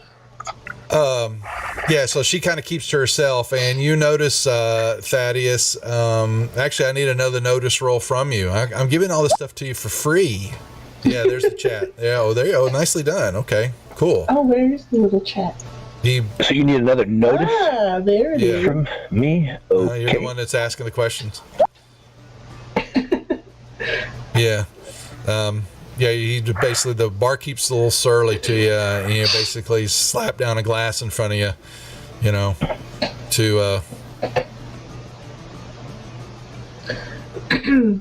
we don't do talking here, we do drinking. You said there was a barmaid, right? She's off in the corner. Yeah, she was sweeping the floor and was listening to this and kind of stepped off to the side and started kind of, cleaning one table a little bit more. Now, while y'all are noticing that, it's starting to get dark. I will try to persuade the barkeep that I'm not a real big drinker, but I will gladly help him with any kind of a problem that he may have. Say that again now. Wait. I want to. Basically, I'm trying to persuade the barkeep that I don't drink, but for information, I will work.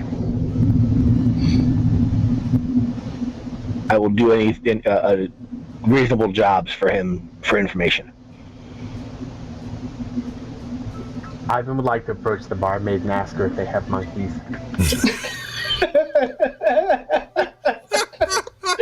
I was waiting for it. And you gave me, so while you're trying to persuade via, what are you saying to him to do this? I was looking at him. Well, I'm not a real big drinker. I just need some information about what's going on in town. I will be willing to do any kind of work that you may have for this information.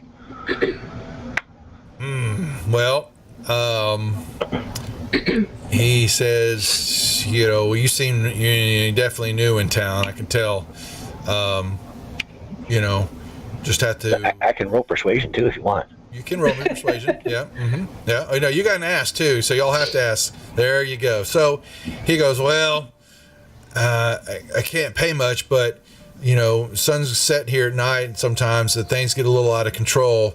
The miners, get a little over anxious, and scream out sometimes. They got to be tired. It must be tiring work up the mountains, and they scream out, and a yell or whatever. But they get a little rowdy, So maybe you could help kind of keep things, a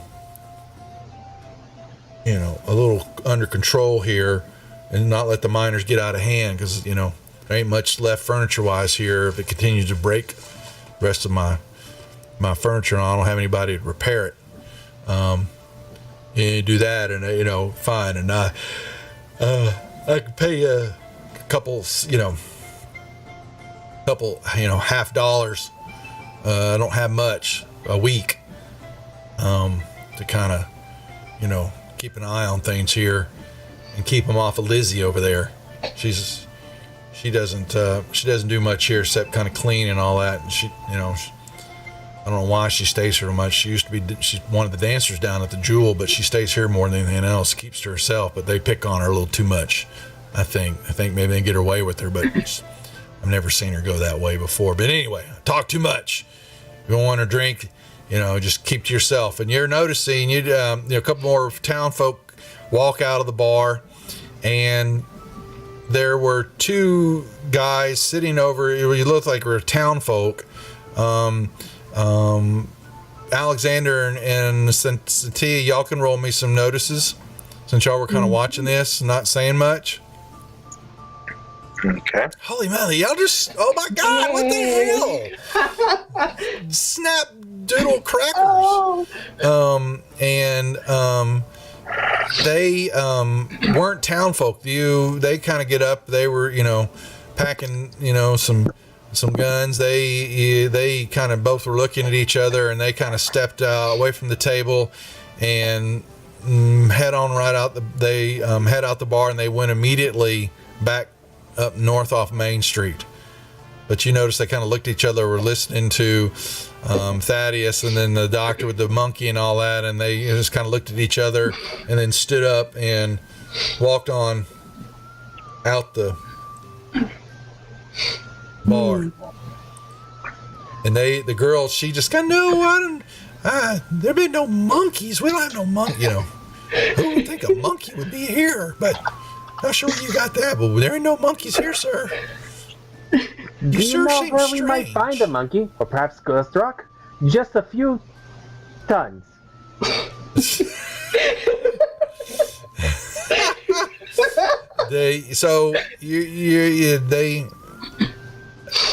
She basically is drawing a blank stare when you're talking to her like that, as though she has an understanding of anything that you're asking her. Genuinely does not understand. Completely expectant of an answer. Oh man. She's looking at you, so she's kind of, her eyes kind of move back and forth in her, in her head, and she looked a little uncomfortable, and I don't know what you're asking me, sir. The monkeys, the little hairy ones, they have the thumbs. Very important, they have to have the thumbs. If they don't have thumbs, they are raccoons. Very similar, but not the same. Sometimes the raccoons walk on the hind legs, though, and it does look like monkeys. But the thumbs are what are important. Fall off your horse one day and hit your head hard? Rebecca would never buck me. She's a can, Steve. You get along great. Oh, man. You need a drink more than I do. No, I do not drink anymore. Last time I drank, well, there was accidents. We do not drink anymore. Except for on New Year's. New Year's is always good. But we hide the helmet. Taylor, he needs a drink. Taylor, she's pointing, and she's looking back over at the barkeep, and he's, Does he have the monkeys? I will talk to him. It is okay. You are a very nice person. Oh, you are the one with the monkeys? Glorious. There ain't no monkeys here, pal. No. There has to be the monkeys. The man, he is very tall. He's very tall. Or short. Was he short? He's short. He's a little shorter. He was a little short one, and he had the hair. No, he didn't have the hair. Did he have it? And he had the anyways, he said the monkeys were here. Bro, what the hell is he on?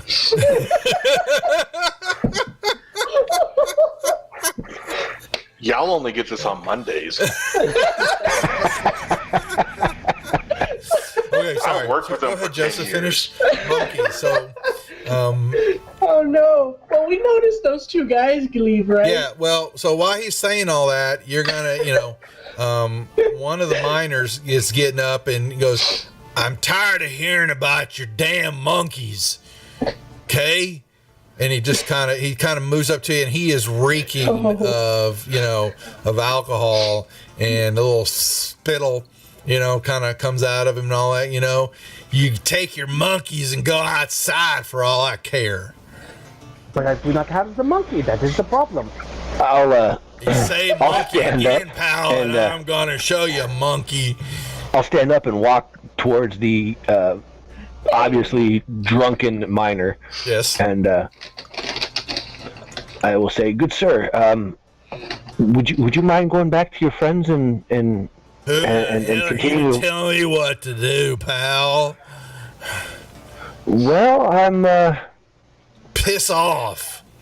Ay, hey, ¿quién es este pendejo aquí? ¿Qué quiere? ¿Qué pasa por aquí? Monkey business. There's no need for this. Do not make me get the helmet. Yeah, he basically, I'm tired. And he basically, this haymaker comes left. Can I reach up and grab his arm? Yeah, so, yeah, you can. Yep. So we got to have some rolls. See, we need some rolling going on. So we bring up the cheat sheet, What are we guys. rolling? Where is it? Where's my cheat sheet? Yeah, we need the Savage Worlds cheat sheet, folks. And so it's a fighting roll. And so melee attacks, fighting versus parry. So you're going to get the parry roll. No, wait.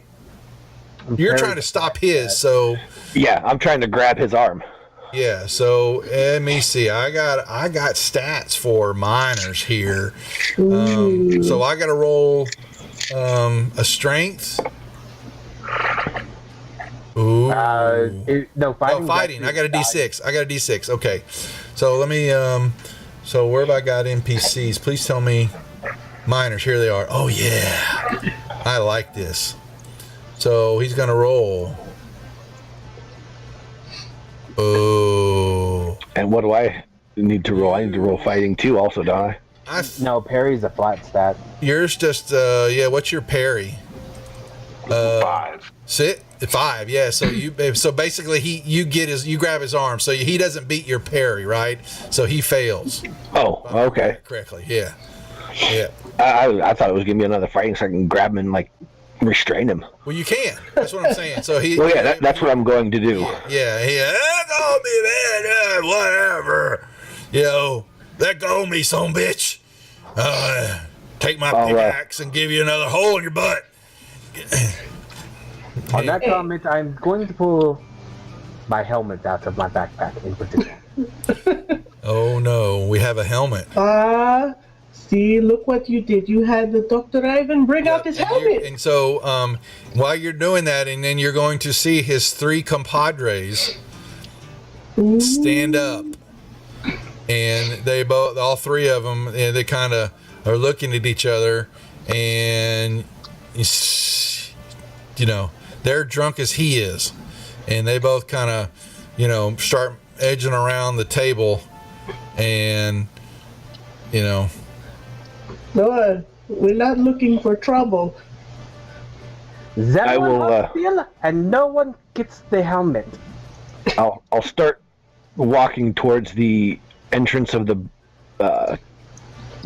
saloon to escort this man out and send him home. Okay, so while you're moving, that his 3 friends, all kind of looking at each other, and they're stumbling, and you can see there's a little, it's more than just alcohol. There's a little, they're a little crazed. There's a little look in their eyes there. They see you doing this, and about the time that you going to eject the first miner out the door, you hear a brazen voice from outside and go, "That's enough of this. All you step outside, or there's gonna be trouble." And I mean now. This place filled with so many weirdos. The helmet is a metal colander with a bunch of wires. And Exactly from the the Ghostbusters deal. Awesome. Perfect. So you know we mean business now. We are to be scared. Yes, and you will. Yeah. So this is what you hear, Thaddeus. As soon as you're getting ready to eject the man out. Who's outside? You're going to Thaddeus, see. what's going on? There's definitely a gentleman, little brute of a guy. He's got a badge sitting on his chest, and he's got 3 or 4 other guys around him. 2 of them would happen to be the 2 that left the bar and kind of looked at each other. They semi-staggered out of there, but they're back behind him, and he's standing there. And they basically got their hands on their holsters and all that, and he goes, "Oh, you step out now, or it's going to be a long night." I will proceed forward with the drunken miner and say, "Oh, it's just a misunderstanding. The miners are just a little drunk and they got a little rowdy. It's no big deal." Yes, they were causing trouble. Persuasion. Because why not? He, you know, and who made you the law and order around here? You see the badge, pal? That's what I am. Marshall Bryce is my name. I run the law here, not you. Oh, I'm just a concerned citizen keeping the bar intact, the saloon intact. That's all. I didn't know the saloon needed to be kept intact, since apparently my deputies like to spend more time working there than doing their job. And you see the other kind of 2 of them kind of slink back a little bit, and they go, but shut up, I'll deal with you 2 later. Yeah, they left before this brawl all started, so I figured I'd keep the saloon from getting all messed up. You 2, get that one and go put him let him sleep it off. And they walk up and they kind of both look at you, and there's a little gleam in the eye there that they blame you for getting yelled at, and they'll grab the miner and they're gonna drag him. No, I didn't do nothing wrong, man. Leave us alone. And they pop him upside the head. Shut up, you old coot. And they drag him off, and the marshal's sitting there and he goes, "So, what are you doing in this part? You're new around here. I don't recognize you unless you're part of the congregation up there. Who are you and what's your business?" Well, we just arrived here in town today. We were sent here by a man named Prater over in Dry Gulch. Dry Gulch. That's where he lives. Never heard of him. Don't care to. He ain't from around here. I don't give a damn about him. I asked you what you're doing here, not who sent you. Well, that's what we're doing here. We were sent here. Well, apparently there's something that he wants us to. Town, then. If you don't belong here, you got no business here. Then you don't need to be here, do you? My question is, does Ivan hear him from inside? Yeah, he's So, and he goes, so he noticing that, well, you just brought it up, noticing that there's not everybody standing there except for Thaddeus and Santia. He's going to know, or I'm not sure where Alexander's at, but he goes, I know there's more of you. I heard there was 4 of you. Might as well all come out here. I don't like not seeing everybody when I'm talking to you. Oh God, help me if I get some wine in me when we're doing this. Oh. One moment. I will be back to talk to you, Mr. What was your name again? It does not matter. You have the monkey, though. I will return. And he will go outside. Okay, you're wearing this helmet on your head too, right? You still got this Yep. colander. Okay. Oh boy. I And will he's- head outside to face the sheriff as well. So. Yeah, he's staring at you. Yeah. What in by golly is that on your head, I will boy? not pay much attention to the helmet, sir. This is Dr. Ivan's glorious helmet of. What is that? It is the helmet. Yes, we will just call it that now. Okay, a helm. It's a helmet, all right. Damn. You must be from back east, aren't you? Very east. Yes. Do you have the monkey? Son, I think the monkey's in you. You're That not. sounds most unpleasant. We ain't got no monkeys here. You just keep on going if you think you're going to find monkeys. You go back east to find the monkeys. There's plenty of them living in the big cities. Out here, we ain't got time for monkey business if you understand what I'm saying. No, I do not understand actually. How do we do this? I'm going to lock him up real quick. He's looking at you, Thaddeus. If he says the word monkey one more time to me, no. He gives you the hard look. He's getting he's basically going to tone. He hears you saying monkeys and all, and he's back looking at Thaddeus. And Thaddeus, you got to tell you're going to look and that he's questioning you. Go, I run the town. I don't need any help. I got plenty of it. I don't know what the barkeep or hell. I got to remember everybody's name. This is where you got to remember all the damn names. Actually, the interesting barkeep's name was Tyler. The barkeep's was name Taylor. is Taylor. I don't know what Taylor told you, but we'll handle any rowdiness going on in Coffin. If you catch my drift. Well, it sure looked like your deputies were doing their fair share of handling business when they were leaving the bar before these miners got drunk and started this fight. So I think you might need some better deputies. That's for me to decide. Why don't y'all just make your way on up to the hotel and then find yourselves one of my out streets in the morning? It might be best. If you know what I mean. Is it so wrong to visit? Well, visit's fine and leaving's better. And so, yeah, it's getting late too, guys. So, Well, maybe we should take the sheriff's word and go yeah, find this 'cause you're hotel. noticing that the bar is kind of definitely emptying out, and Taylor's back there kind of, he's a little worried because the business is leaving from what y'all are all sitting out there, and it's.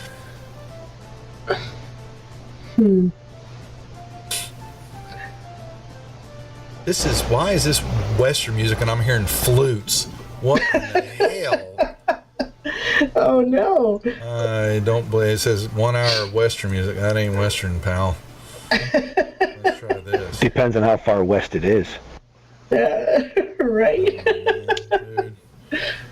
How do I mute his camera? Everyone is doop.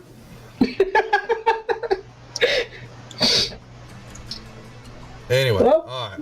I guess Is there? we take the word of the sheriff and start going to the hotel. It is getting dark anyway. Yeah, we could go to the hotel. And yes, there is an actual camera Yeah, there mute. is. It's Yeah, just that's down there at the bottom. Only, I think you can only do it on your end, right? yeah, you can only do it on your end. Yeah. So, so you got to feel, Thaddeus, that you and the sheriff are going to be best buds. Going to be drinking pals soon. Okay. Mm-hmm. Yeah, he's kind of, yeah. So he, wallops one of his deputies, and you notice him, he points and basically, points him to go back inside there, head back into the saloon. And, he says, like I said, morning comes, and plenty of roads leading out of town. Best you find one. Good day. Good evening, I should say. Buenas noches. And tacos too. Thank you. Oh, God. Buenas noches. Hey, he doesn't know. He might not know Spanish, I doubt it.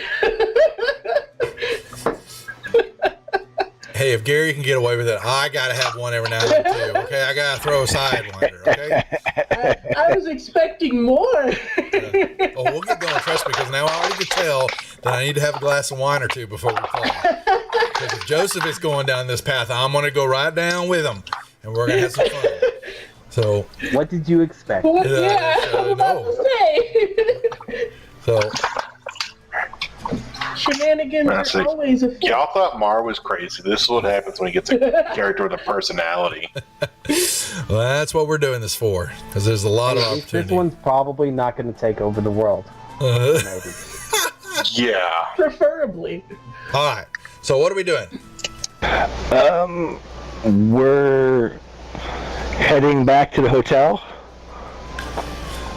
Okay, yeah, they pointed to you, and you're not sure which one it is. You've got so Can we ask the barkeep? you walk out he points. There's a couple. The big hotel is this big building.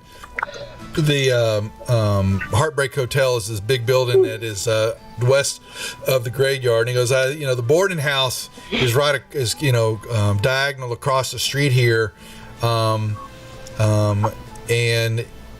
there hasn't been anybody there and for weeks, and y'all kind of look over the house. It's 14, and you'll see a sign that's kind of waving, and the sign is almost one part of it, is getting ready to break off, but it reads no vacancies on it, but there's not a light in the place at all, because not nighttime, and a few of these buildings are lit up, and you can see people kind of all making their way into their homes.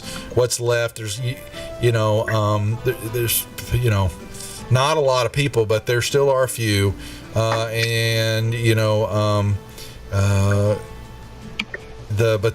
house where it says no vacancies and all that, he called it a boarding house. There's no lights coming out of it.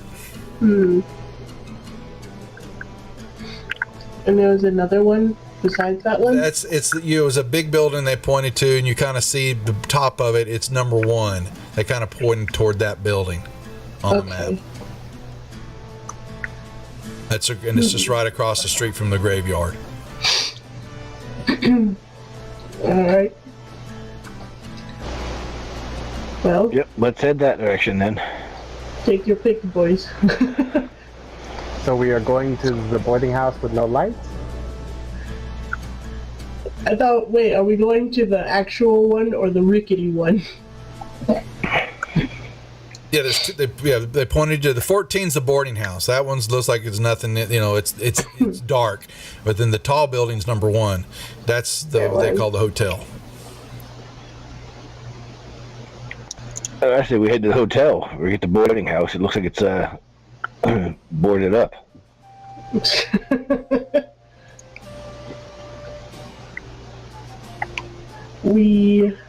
Yes, I think Yeah, because that would be the good pick. Yeah, It's getting dark. it's been dark. That's the boarding house. Yeah, that with the red circle. Number 1 off a 3rd. Okay. Y'all make your way, and you'll you kind of walk past the graveyard, and you'll notice lots of graves there, more than you would have expected in a town this size, and you begin to move up toward the front door of the hotel, and you notice there, just when you get closer, there's paint peeling off the sign of the door, and the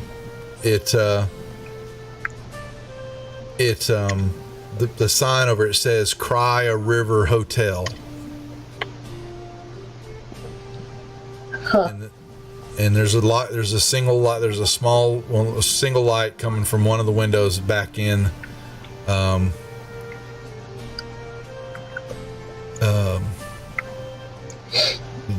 where you're standing on the first floor. Look, I see a light.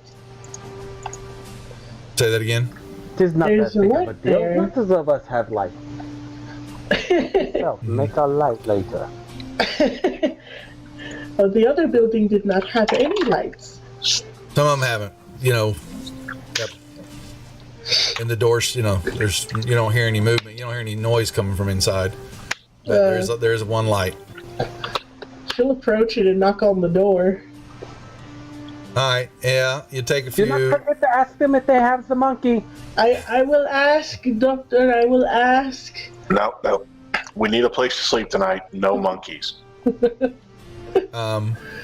Yeah, man comes up to the door, and he, he kind of opens it up and he kind of peers, takes for a second, and he, kind of catching his focus and all that, and what are you doing at my door so late? Hola, senor. Do you have vacancy? Yeah, ain't nobody here anymore anyway. I got all vacancies. That's all our name is now. Vacancy. One big vacancy. And he kind of slurs his words a little. More Perfect. flute music. What the hell is going? This is not cowboy music. God, I gotta find some. I got this on YouTube. That ain't cowboy. All right, I'm gonna figure that out later. Should use the Cliffside OST. It's they put it up on YouTube for everyone to have. I'll check it. I'll check it out. All right, yeah. So he kind of, he's a little slurring of his words, and he goes, there's vacancies galore here. Good. I have myself and 3 others that would like rooms. It's $1 a day for a room. We only plan to stay the night. Thank you. And she starts like, vamos, caballeros. Let's go. Cash. I forgot to put my leftover money in currency whenever we were done buying everything. Oh, that's true, actually. Yeah, how much money have y'all got? I probably have like $2 left to be up. Yeah, that's what I'm thinking. I got two of like $2. I believe I have $2.25. More than enough. I need, I don't remember. Yeah, I didn't. I didn't put any of my We started currency. with 250, right? Yeah. Yeah, you gotta get. And we got a horse and some clothes and a You saddle. got your horses you got your horses with you. What did kind It's all of this drag? horse talk. I don't have a horse. I have Rebecca. Is what is Rebecca? She's a mule. A mule, okay. All right, just asking. I gotta make sure I understand before I say anything. Rebecca. I'm gonna call it a monkey. I was like, oh boy. If I had a giant monkey, Monkeys have thumbs, remember? My God. Opposable thumbs. The They one have to be with oppo- thumbs. They have to be opposable. I'm pretty sure raccoons do have opposable thumbs. they actually have quasi-opposable. Yeah. So you've got your horses you still have all with you, and it's getting late. It's very late. Okay. Y'all aren't a very good posse. Y'all learning to do. I will look at the group and, on second thought, maybe we should just go back to the delivery and stay there. But it reeks, Thaddeus. Yeah, but where would we put our horses if we stayed here? Is there not a thing for the horses to be tied to? No, there's not. Ah, There might be like one little deal, but you would know, Santia, that with a long ride and that the horses have to be unsaddled and the tack has to be taken off, you would never leave your horse like that overnight. You would know that. Yeah, you would definitely. Your horse is your life. Your life is your horse. You can't. Pretty much. Yeah. well,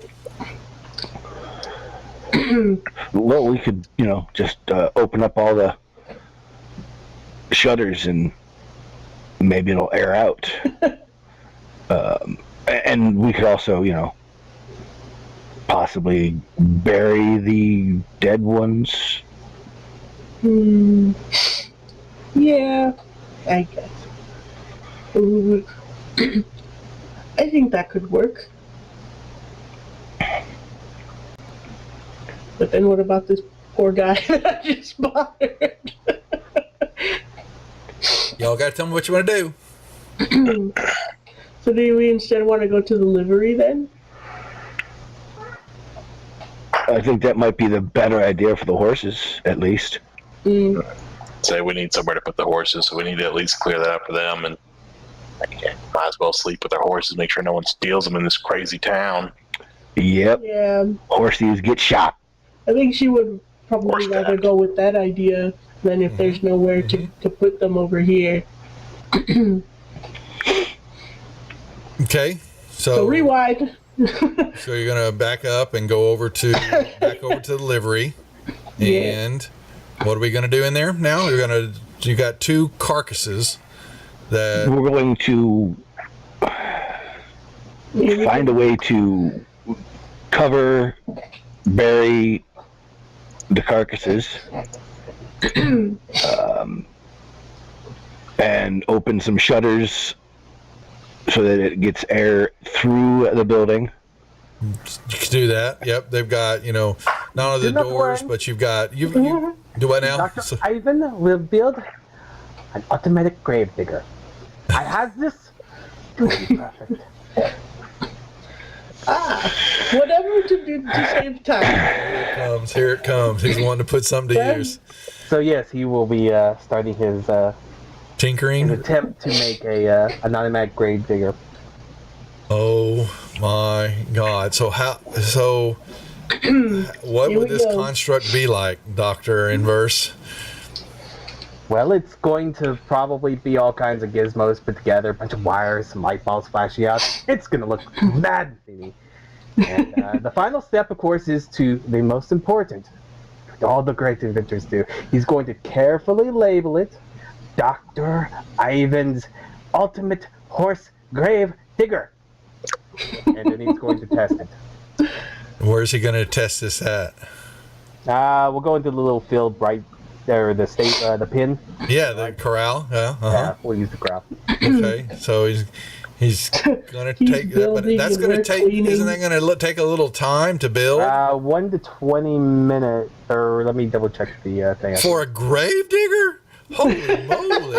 Well, no, I'm making an object that will give me access to a power. One of the powers is actually burrow, which is basically the mold earth ability. Okay, Thinking D&D. here you go. But Yes, dear. his stuff doesn't normally work. Did he come here? Is Well, he talking to you? Not. Right. Okay, all right. Let me know how it happens. Because didn't we say we were going to roll on the table? Did you get my message earlier? Yeah, where was that? Yeah, I saw it. I didn't get a chance to look over it yet. You sent that to me in a PM, wasn't it? I think? Yes. Okay, let me see what we got here. We have a table. I can actually give me some time, and I'll put that into a. I can put it into fancy 1d 20 minutes. So to whip up this device of madness. Okay, so 15 minutes, but you're basically saying is you're going to then.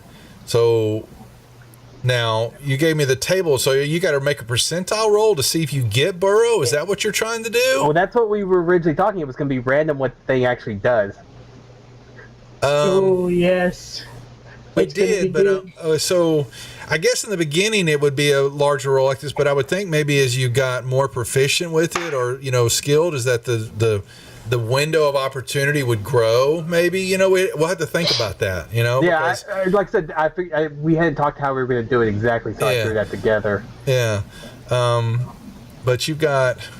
There's 25 possible outcomes. Yeah, no, that's what I'm saying. Wow. And out of Oh, a boy. D100 roll. And so we've got a window of 29 to 32. You're looking for Burrow.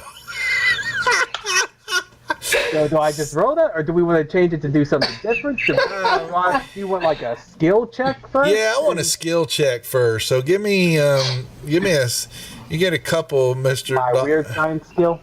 Yeah, so he's working on it. Why Doctor, yeah, so you see the other three of y'all see him out with this contraption, and he is, furiously, pulling wires, and sparks are flying, and there's a giggle, cackle. It's not so RPG fanboys Joseph is trying to explain what you're doing. So the Gadgeteer feat, normally how it works is it'll allow me to quickly make a temporary device that can use any power that I have access to. But that's too simple and easy, so we decided to make it more difficult by adding some randomization in there. Because normally he labels everything and then makes it. So we're gonna see if it actually works the way he wants it to work. Right. Probably not. It's not like it's kind of like a wild magic table roll, but he has abilities and to call for it because he's a scientist.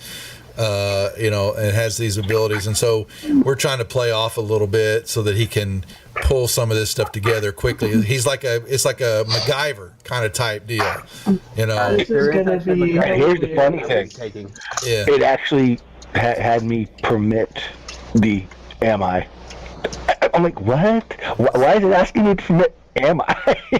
What? What? It actually blocked that message because it didn't like the word am I. What? Yeah, really? Yeah, so I had to actually allow it. That's so weird. I was wondering what that was about in the chat. Oh, I didn't even That's see so what was going on. strange. Okay, cool. Okay, yeah, so we're playing around with the rolls and all that because this adds to the beauty of Savage Worlds and some of the ways that you can play this out. That's very different from 5e. And so what you got to so while so the doctor is cackling away, the rest of you, and so I would need some gut checks. From y'all, because of the stench. The three of you, you got these two carcasses that are falling apart, and maggots and flies and whatever else. Yeah, but tabletop RG. Oh well, Shadzar.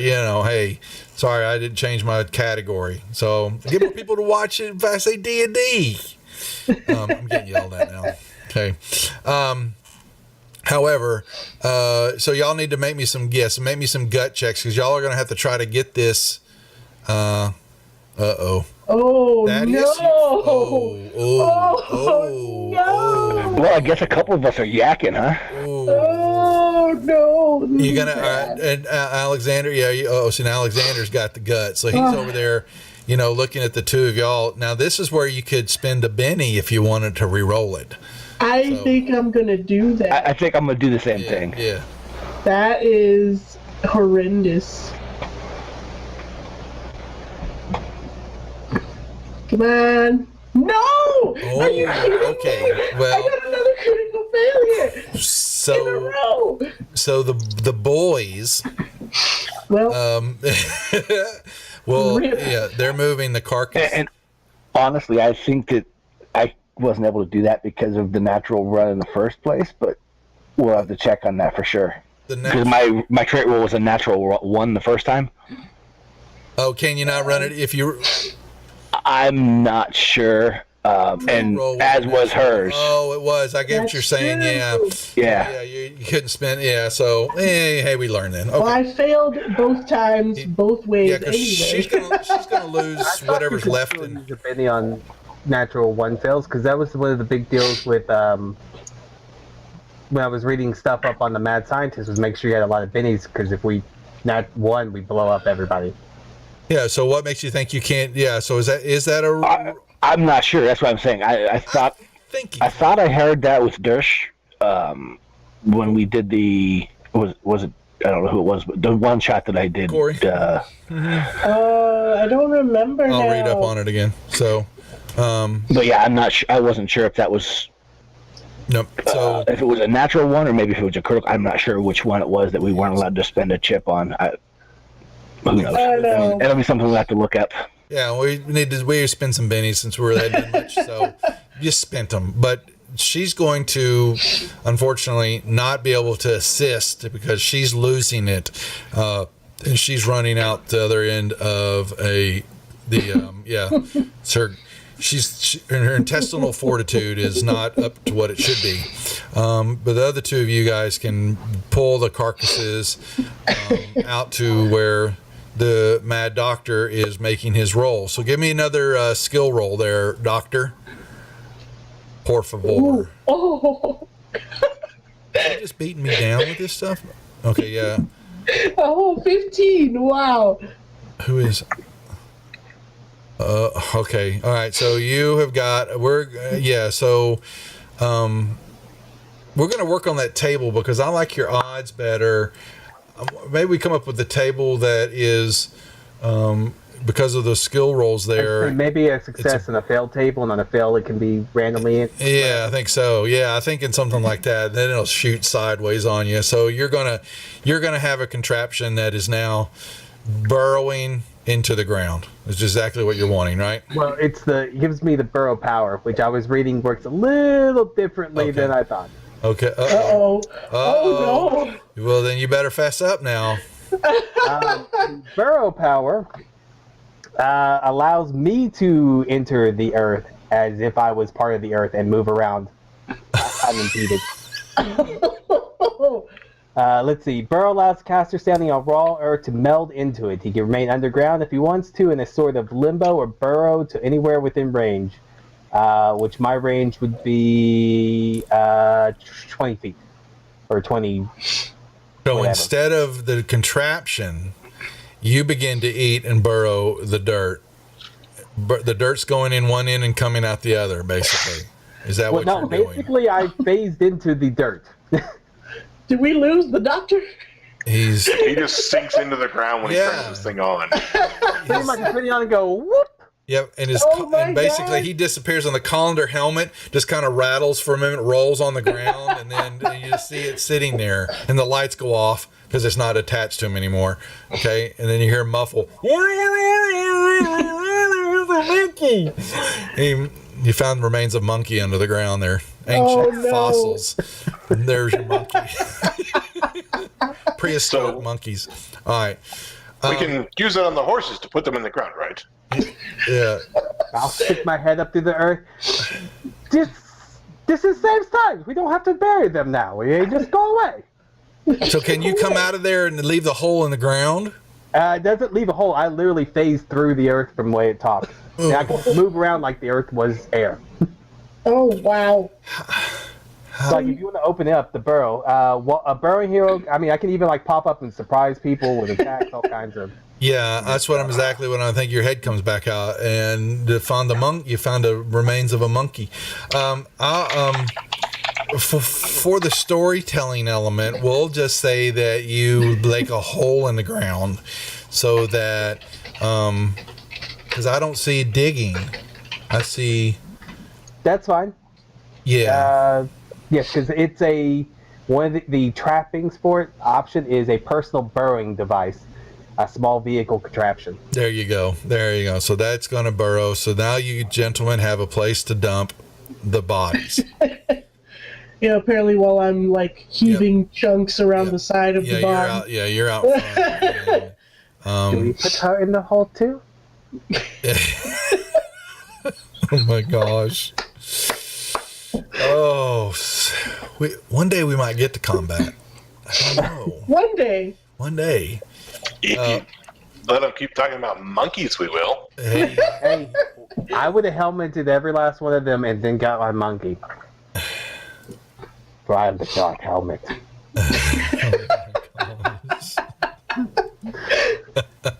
Oh my upgraded to a dark helmet. Never know. Oh, man. Okay, so we have horses buried. Our horses are chilling underground. Horses are buried, and so now you can, that'll begins to remove the stench. So opening up some of the basically, you haven't got really a couple of windows, a couple high upper doors. Basically, hayloft doors. Yeah, the hayloft doors, and there are a few side upper high doors that will allow some air to flow through up there. But the main doors, you think you're going to keep shut just for security's sake, I would think. I was just opening some shuttered windows or whatever they were, just to get the airflow. Yeah, the air it's a light breeze, kind of blow through, and y'all can then there's plenty of stables for the horses. Even with the one that's, you'll have to clean up. It still needs a lot of work, but the horses won't go into that one. But you have ability to. Yeah, I wasn't going to put more in that one anyways. And then I guess, you're going to, where you're going to stay up in the hayloft. You're going to take, we're going to take turns watching. What are we doing? Have we aired out we were working on airing it out, but there wasn't a whole lot. Can I would like to use my powers to ask my god for a elemental manipulation to have air currents flow through here and blow out the stench. Okay. Roll away. Smack. Environmental protection and the gusts of wind. Oh, wait. That was what it is? Sorry, that should have been elemental manipulation. It's the same roll though. It's a -2. It's fine. Okay, that's fine. So you'll have some gusts of wind directed straight through and concentrating to lift out the stench and bugs. Yeah. It seems to have worked. Gracias a Dios. Oh my God.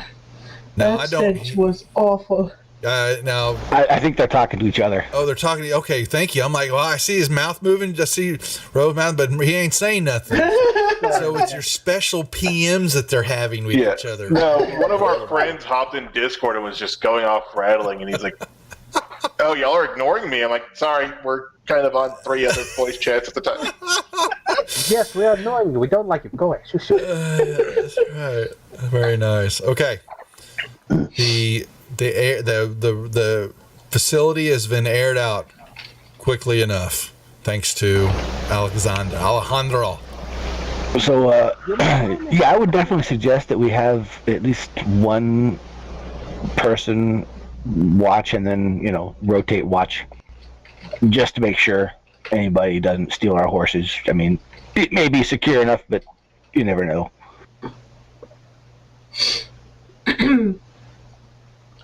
So we're taking watch now.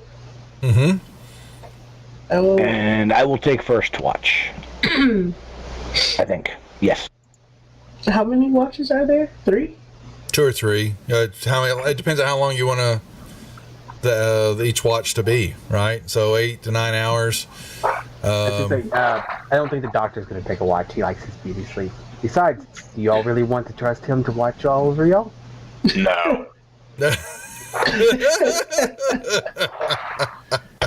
Be afraid to wake up being turned into a monkey. Yep.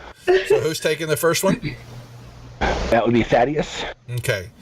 So you will make, let's see, I don't know. Wow. That's a good question. There are.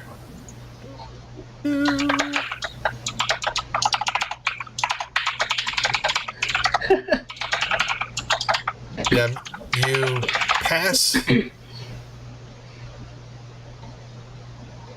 the night. Your watch passes, other than the sound of a few coyotes, and you'll hear. You could definitely tell a hoot and holler coming from maybe the bar back through. Back behind you.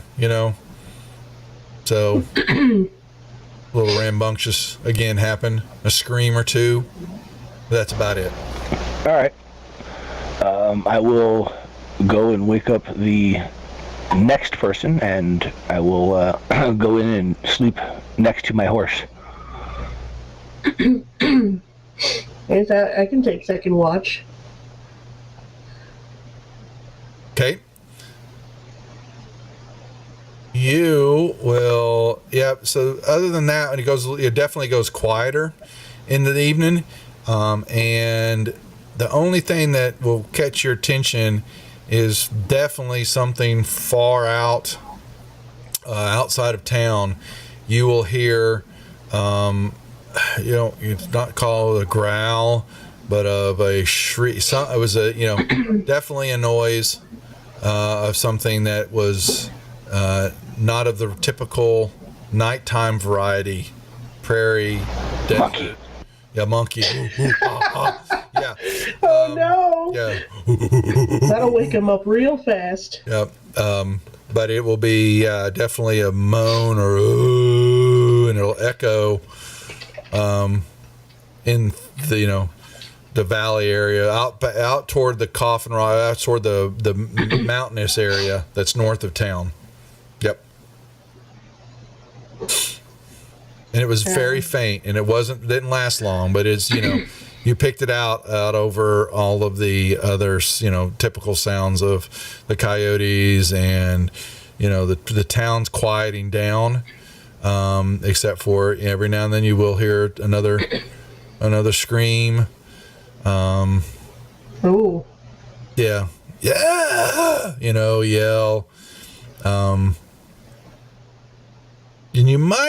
And maybe a notice roll again, Cynthia.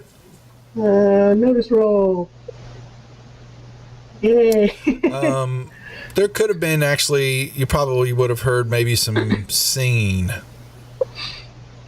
Oh. Could you see anything from? It's very faint, but it was a chorus, very faint, with a few voices. That was about it. And your watch passes without any other incident. Okay. So who said they were taking third watch? Oh, Alexander.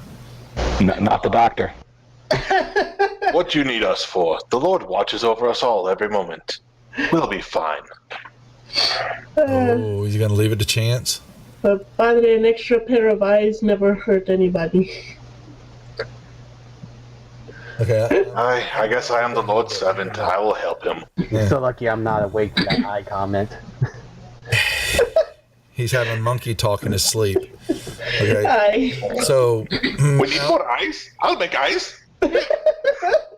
Hold this. So yeah, who's taking? Alexander, is it you taking the last Yes, watch? I'm taking third watch. Yeah, give me a notice roll, please. What's your? Figure out where all tabs everything's under now. It's definitely different. Hey, there you go. Yay. So yeah, definitely quiet. Hoot of an owl. No wildlife sounds, but you will notice that there will be you'll hear singing again. Well, you didn't hear it when she was asleep, but there will be some hymning. You'll see some people that will be coming. A few of them will be coming down the streets and all that, and they will be they'll be singing a hymn. I've got some books open, and they have either maybe half a dozen or so. Looks like town folk. They all kind of walk in a kind of a straight line with each other, and you'll notice them kind of making a circle. They're walking down the main streets from where you're at, and they'll come down first. They make a kind of circle around, and they do it a couple of times, singing, some type of hymn, and not at a loud voice, so you're trying to listen. You don't catch all of the words, but it's definitely a hymnal of some sort. And then as they, they finish off, or when they're making the last rounds, you definitely know that they're headed back toward the church. Ah, yes. Good God-fearing people in this town. Wonderful music. Mm-hmm. Yep. There you go. And your watch, the sun will have rose up for another fine day in Coffin Rock.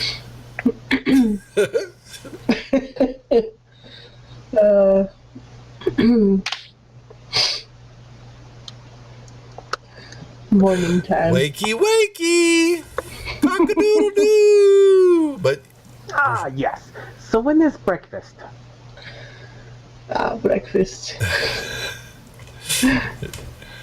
Do we actually have anything to eat? I have rations. Oh, that's Yeah, you true. have rations. We have Trail rations. rations. yes, you do. Uh-huh. Why would I eat in the stables? That is what restaurants is for. We go now. We eat breakfast. Where?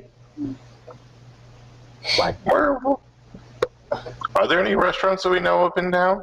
Hey, there's the Maybe the saloon has food. You haven't gone through the rest of all the buildings. You don't know. Do we smell anything go in search fresh? of breakfast. As long as it costs like less than 50 cents, we'll be okay. Well, you guys have to. Yeah, so you guys have to tell me where you're going. So Well- I think I'm good with my rations. you don't. There's some smokes coming out of a few chimneys of some of the homes. There are definitely people who are beginning to mill about. there 12 is the blacksmith. We got 2. We haven't been to 11 yet. The doctor will walk over to building number 11 and knock on the door. Because there were smells? Yep. So, you will, when you're walking up to it, you will see a symbol of a stethoscope. Ooh. Good. If they do not have the breakfast, they will have the monkeys. I will walk to the front door of the blacksmith, knock, and ask him where we can find some breakfast.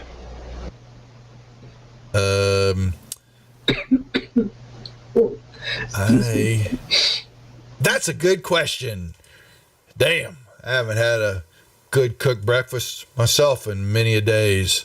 I'm not sure we have anybody. They used to serve it at the hotel, but when Dorothy passed, Carl just kind of, like I said, he kind of went south with her, at least in the mind, and he's never been the same since. She used to cook a mean egg. But the question you're wanting to know is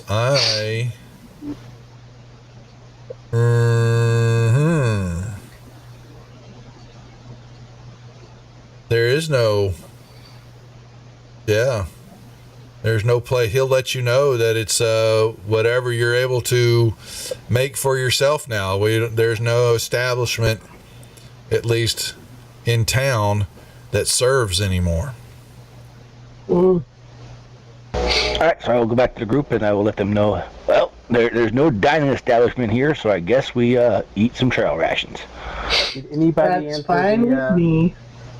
the building 11? Okay, so you went up and knocked on the door. Yeah, and so you will get you will sit there, and it's a very solid looking door.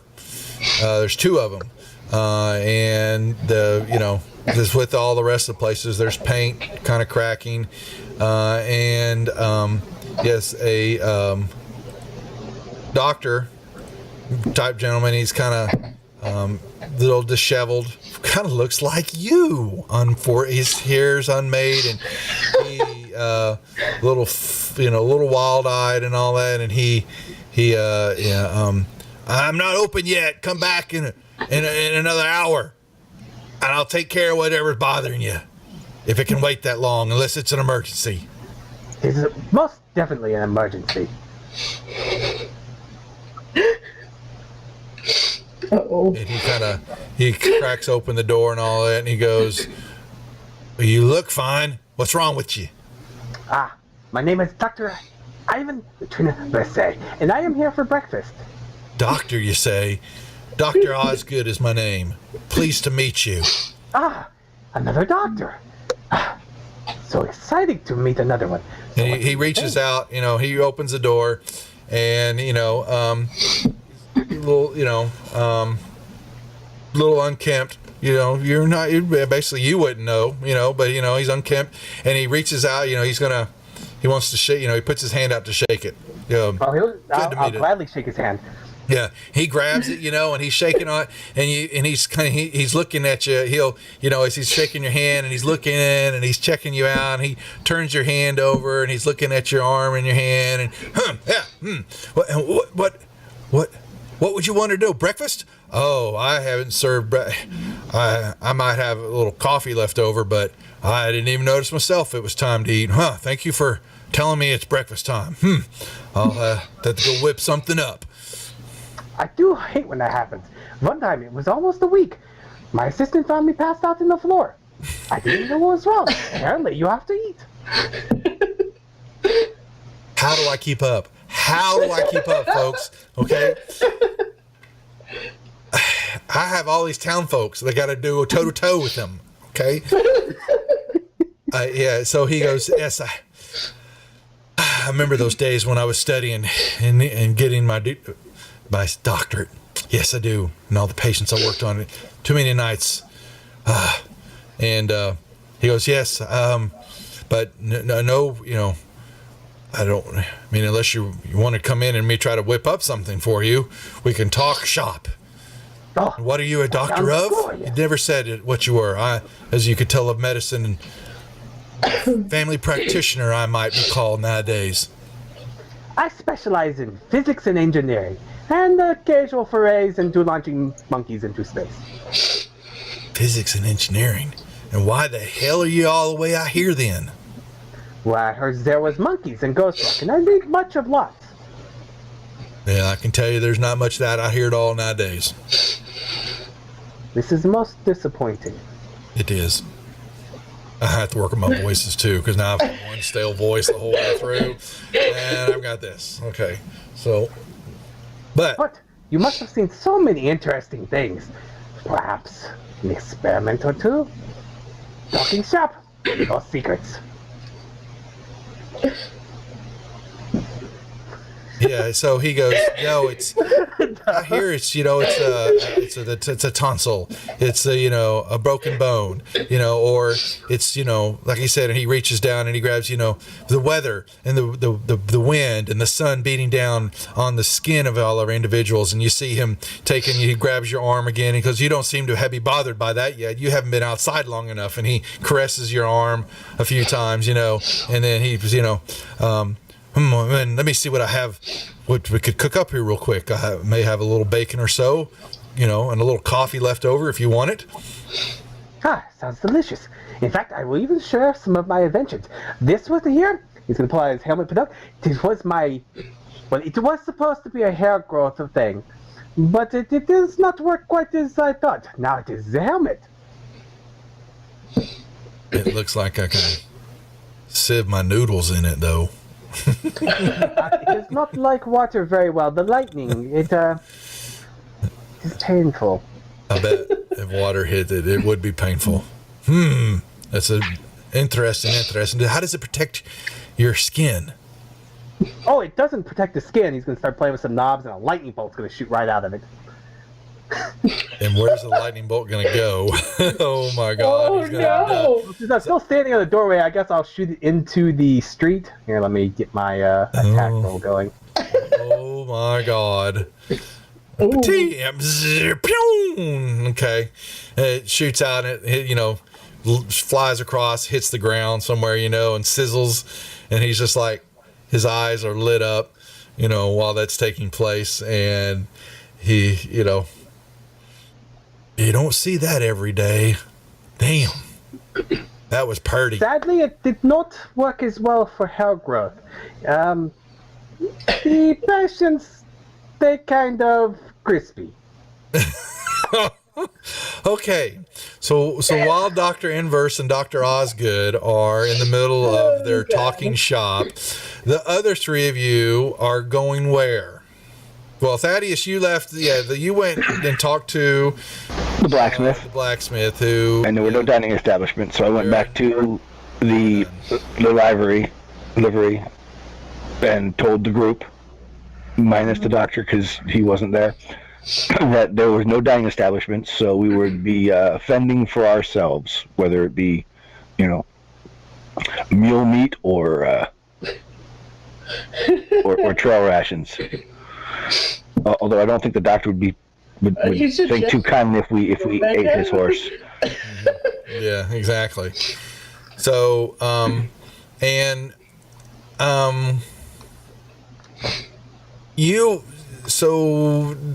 what about Santia and Alejandro? Where are y'all at? What are y'all doing? Well, are y'all still just hanging out, wait for him to come back? She was cooking her rations. Okay. I'm going to head over to the church. Okay. So he's going to head on out. So we have a split party. Yay! Oh, no. We're in town. What's the worst that could happen? No one here's crazy. Yeah. All right. Not it's our party, but Santia, yeah, you're just kind of minding your own business, watching the horses and eating your rations, and you're from your stand post. You're able to kind of see the courtyard area. There's not much happening, but you've got another loft barn door on the north side, and you watch that street, and you kind of see that the couple buildings that are over there. They're the tall building. There's not much happening there, but the building number 4, you'll see the marshal comes in and out of there, and a couple of his deputies will walk in and out of there, and they are one of the deputies motioned and grabbed the marshal, and they were looking at the building, which you wouldn't know he's at, but I don't know if Dr. Dr. Versailles, got to say it right. If he exactly if you paid attention to where he was going. Actually, you can make me give me another notice roll. Yeah. Mm-hmm. See if I figured out where the heck he ran off to. Yeah. Well, hell yeah. Okay. Y'all have just exploded, except for the 2 1s that you rolled. Y'all are just gosh, yeah. Yeah, so you noticed that he went over there. Well, one of the deputies was watching that and motioned for the marshal. And the marshal kind of sat out on, and they kind of watched a little bit of the conversation, and then they all kind of jumped back. And when you might have heard a little bit of zzz, something popping over there that you've not really heard before, and and a little explosion, something that popped over in the ground, far away, and you saw the deputies all looking at each other, and what the hell was that, pointing and all that, and the sheriff got a little grimace on his face. Okay, and that's what you took care of. Thaddeus, when you went, said make sure I heard that right. You found out, and then you went back to the livery, right? Stable after you got done? That is correct. Okay. So, yeah, you would have been walking back through all that and really not seen much. But I guess maybe you would have seen Alexander. Would you have made you didn't tell anybody that you were going over to the church, did you? Oh. Alejandro, did you say anything? Padre Alejandro. I probably would have let Cynthia know before I left. Okay. So we gotta play that way. You gotta know sometimes. Anyway, you'll make your way, back over there, and you'll come up to it's a white church that stands by itself at the end of the street here, and it's it's got a tall, thin steeple that shoots out up at the top there, and there's these huge stained glass windows. You're walking up on 3 of the walls, and then on the 4th wall, which is on the west side, there's some double doors that looks like it's an entrance, and you will see a nice little. It's a church picture, isn't it nice? Oh, it's pretty. Looks a little spooky to me. It's a nice little church. Yeah, and you will, as you get Those closer and headstones closer. up front. I don't know, what did it say? Let me see. Yeah, well, I think there's not so. Yeah, that's kind of interesting. The graveyard's on the other side of the street, so there are not any stones there. It's a little. Maybe that doesn't quite line up with the. I'm trying to see. There is no. Because what you're doing when you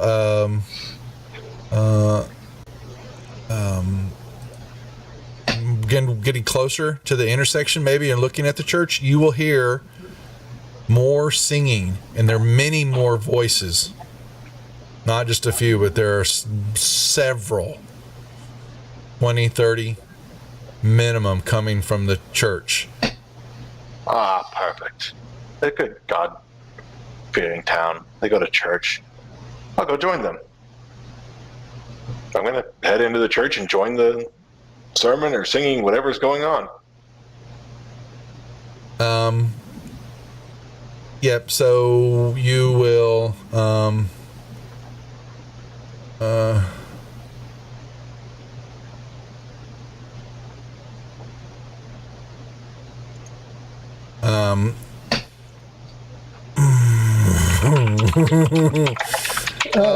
no, I'm teasing. You'll walk up and the doors are locked. Who locks the house of God? It is open to all. I'll start banging on the door. Okay. You will bang on the door, and the singing will, die down for just, won't stop, but it just kind of lowers for a little bit. And then it will pick back up, and then you begin to hear clink, clank, on a twisting of a key, and you will open the door, and there will be man. He's kind of dressed in a little bit more formal attire. Might have the little white clasp around his collar. And I have one of those shirts. I should have worn it. He will,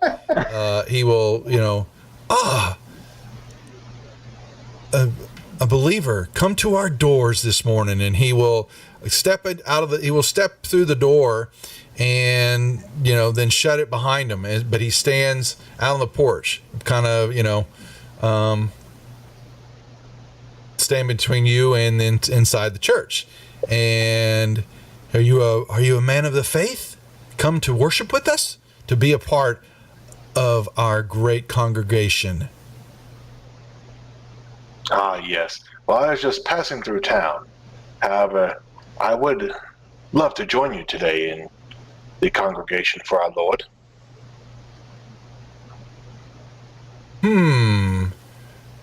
So be it. We always are looking for more to join the great brotherhood of the new covenant. All is welcome to come pray with us. New covenant? Yeah, brotherhood. What exactly do you worship? Brother of the new covenant. We worship all that which brings us great glory, brings us closer to the Holy One. Yes, the Holy One, God.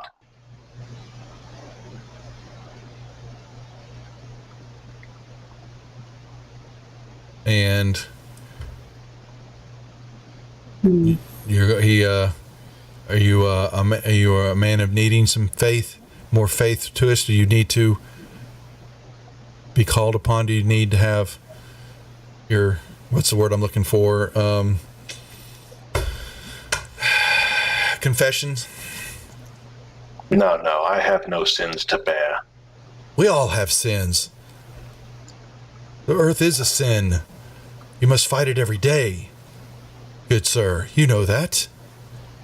'Tis true, we have demons and we must battle them. However, nothing weighs on my conscience, for everything I do is in the Word of God. Yes, all of us in the Brotherhood live in the church now, where they pray night and day for the town's deliverance, for the hell and the evil that has befallen this place. Yes, speaking of, what has been going on here? I've noticed there's been lots of deaths recently that people have been talking about it. It's the hard life of living out here on the frontier. It is not for everyone, but for the Brotherhood, we are able to persevere through our faith. That has kept us strong, but not for many of the town folk. But we will continue to pray and to bring the good faith to all that are here, as should be. Don't you think? Well, of course. All you must do is ask for the Lord's help, and He will guide you. You ask for His help, and He will protect you. And he goes, yes, protection is what we all need, don't you think? Should all be a member of the Brotherhood. But the Brotherhood knows all, sees all. No one knows all and sees all. No humans. Only God may know all and see all. It's through God that we know all and see all, don't you think? He may help guide us, but he does not give us his divine wisdom.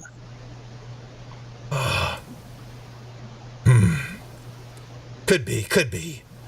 Well, you're free to come in and join us if you would like. But you'll have to leave your weapons outside.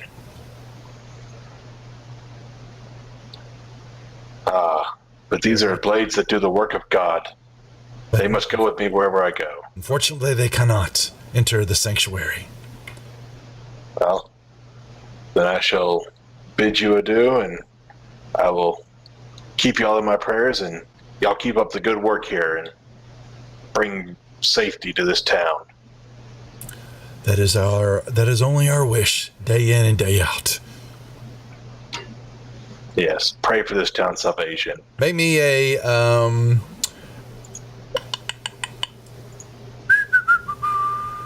I hate keep saying notice, but that's really what it is. See if I notice if I want to drink the Kool-Aid or not on this one. Really, why don't you just keep blapping, blap, blap, blap, blap, blap? If you're looking at that kind of stuff, like to tell if this guy's nutso. No, that's what I'm trying to make some rolls and all that. So, yeah, so his talk was a little scatterish, his direction, a little splintered. But what you did notice was something interesting. When he opened the door up, as you were, bidding him adieu, and he was going to step back in to join his rest of his parishioners and all that, the light you saw from the stained glass that's in the windows kind of refracted and fell across him on his face for a brief moment, and it was brief but quick. His face kind of turned, and what you saw were like bruises and wounds on his face. It was real brief, because then he moved it quickly and it was outside of the light. But his face was definitely, bags under his eyes, and his skin drooped, but there was dark whelps under it all, and some maybe it looked like a deep scar ran down one side of the face. And then as soon as he stepped back out of the light, away from it, and the door shut, his face resumed normal. And that is where we'll end the session tonight. I have a deep scar down one side of my face. I'm not going to judge a man for that. Well, it looked like it was a scar, and it was dark, and it was, it briefly flashed. No one else has seen this, but just. But so to clarify, it only looked that way in the light of the glass. He looked normal otherwise. Okay. Correct. Yep. Okay. Dun dun dun. Only the Father knows. Yes, that's right. All right. Well, our first session down. We will get to more. So we'll get there, guys and gal. I think. We're gonna get working on it. Yes. We'll get there. So they're learning their posse ways. They're not very. They have to learn a little bit more about the adventurous outdoors life in the Wild West. So. Yeah. And I think Dr. Inverse is going to be quite upset that they're not monkeys out in the wild, apparently. So. But isn't that where you find the monkeys? Where did you get? Wild.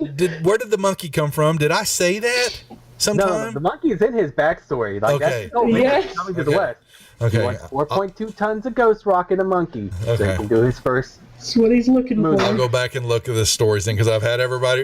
Y'all wrote up some, but I didn't. Like Gary had asked about writing up backstory, because I've had the other two groups put together a lot of stuff about their characters to help with the RP to drag it out. I'm not too hard with worried about y'all dragging out the RP. It's not as difficult as you can tell. I did upload a little bit of background when I logged in today. Okay. Same. I still need to work up my worst nightmare and some other stuff. Well, my worst nightmare was. Yeah, I know what his written is. Oh yeah, that it'll day. come visit. So stingy. So, I put a little bit of backstory in, but not much. no, it's fine. I'll go back and read because I am still, as you can tell, I'm still feeling my way around this, and then so bear with us as we're learning this, and we'll get some more. I know everybody likes the dice rolling and all that, but I think if you watch this with Maya and Knight and Eric and all them on ETU, I don't mean y'all have y'all don't have a lot of combat. I mean, you have some, right? I mean, no, we just have a lot of.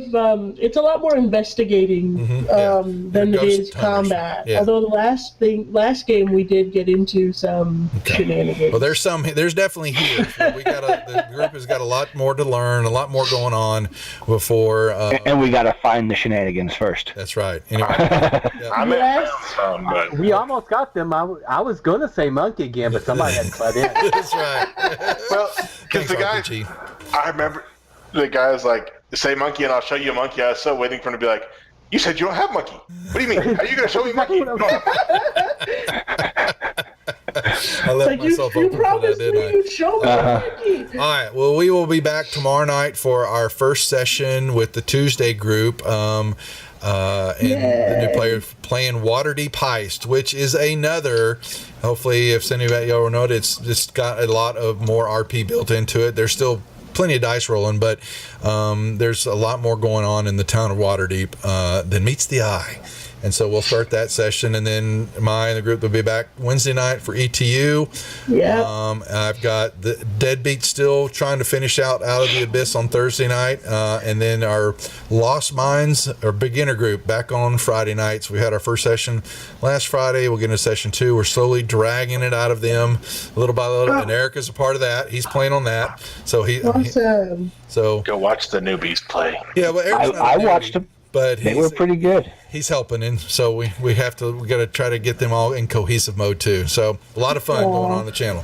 Anyway, so it's good to be back. Yeah, I want to thank the 4 of y'all for being a part of this. We're gonna have some fun with it. Thanks for having us. Let me thank you for having us back. Drink on. Yeah. Good. All right, well, we're going to call it here for the night. We'll see everybody back here tomorrow, Tuesday night, 7:30 for Waterdeep Heist. Enjoy the rest of your evening and take care. We'll see y'all later. Good night, everybody.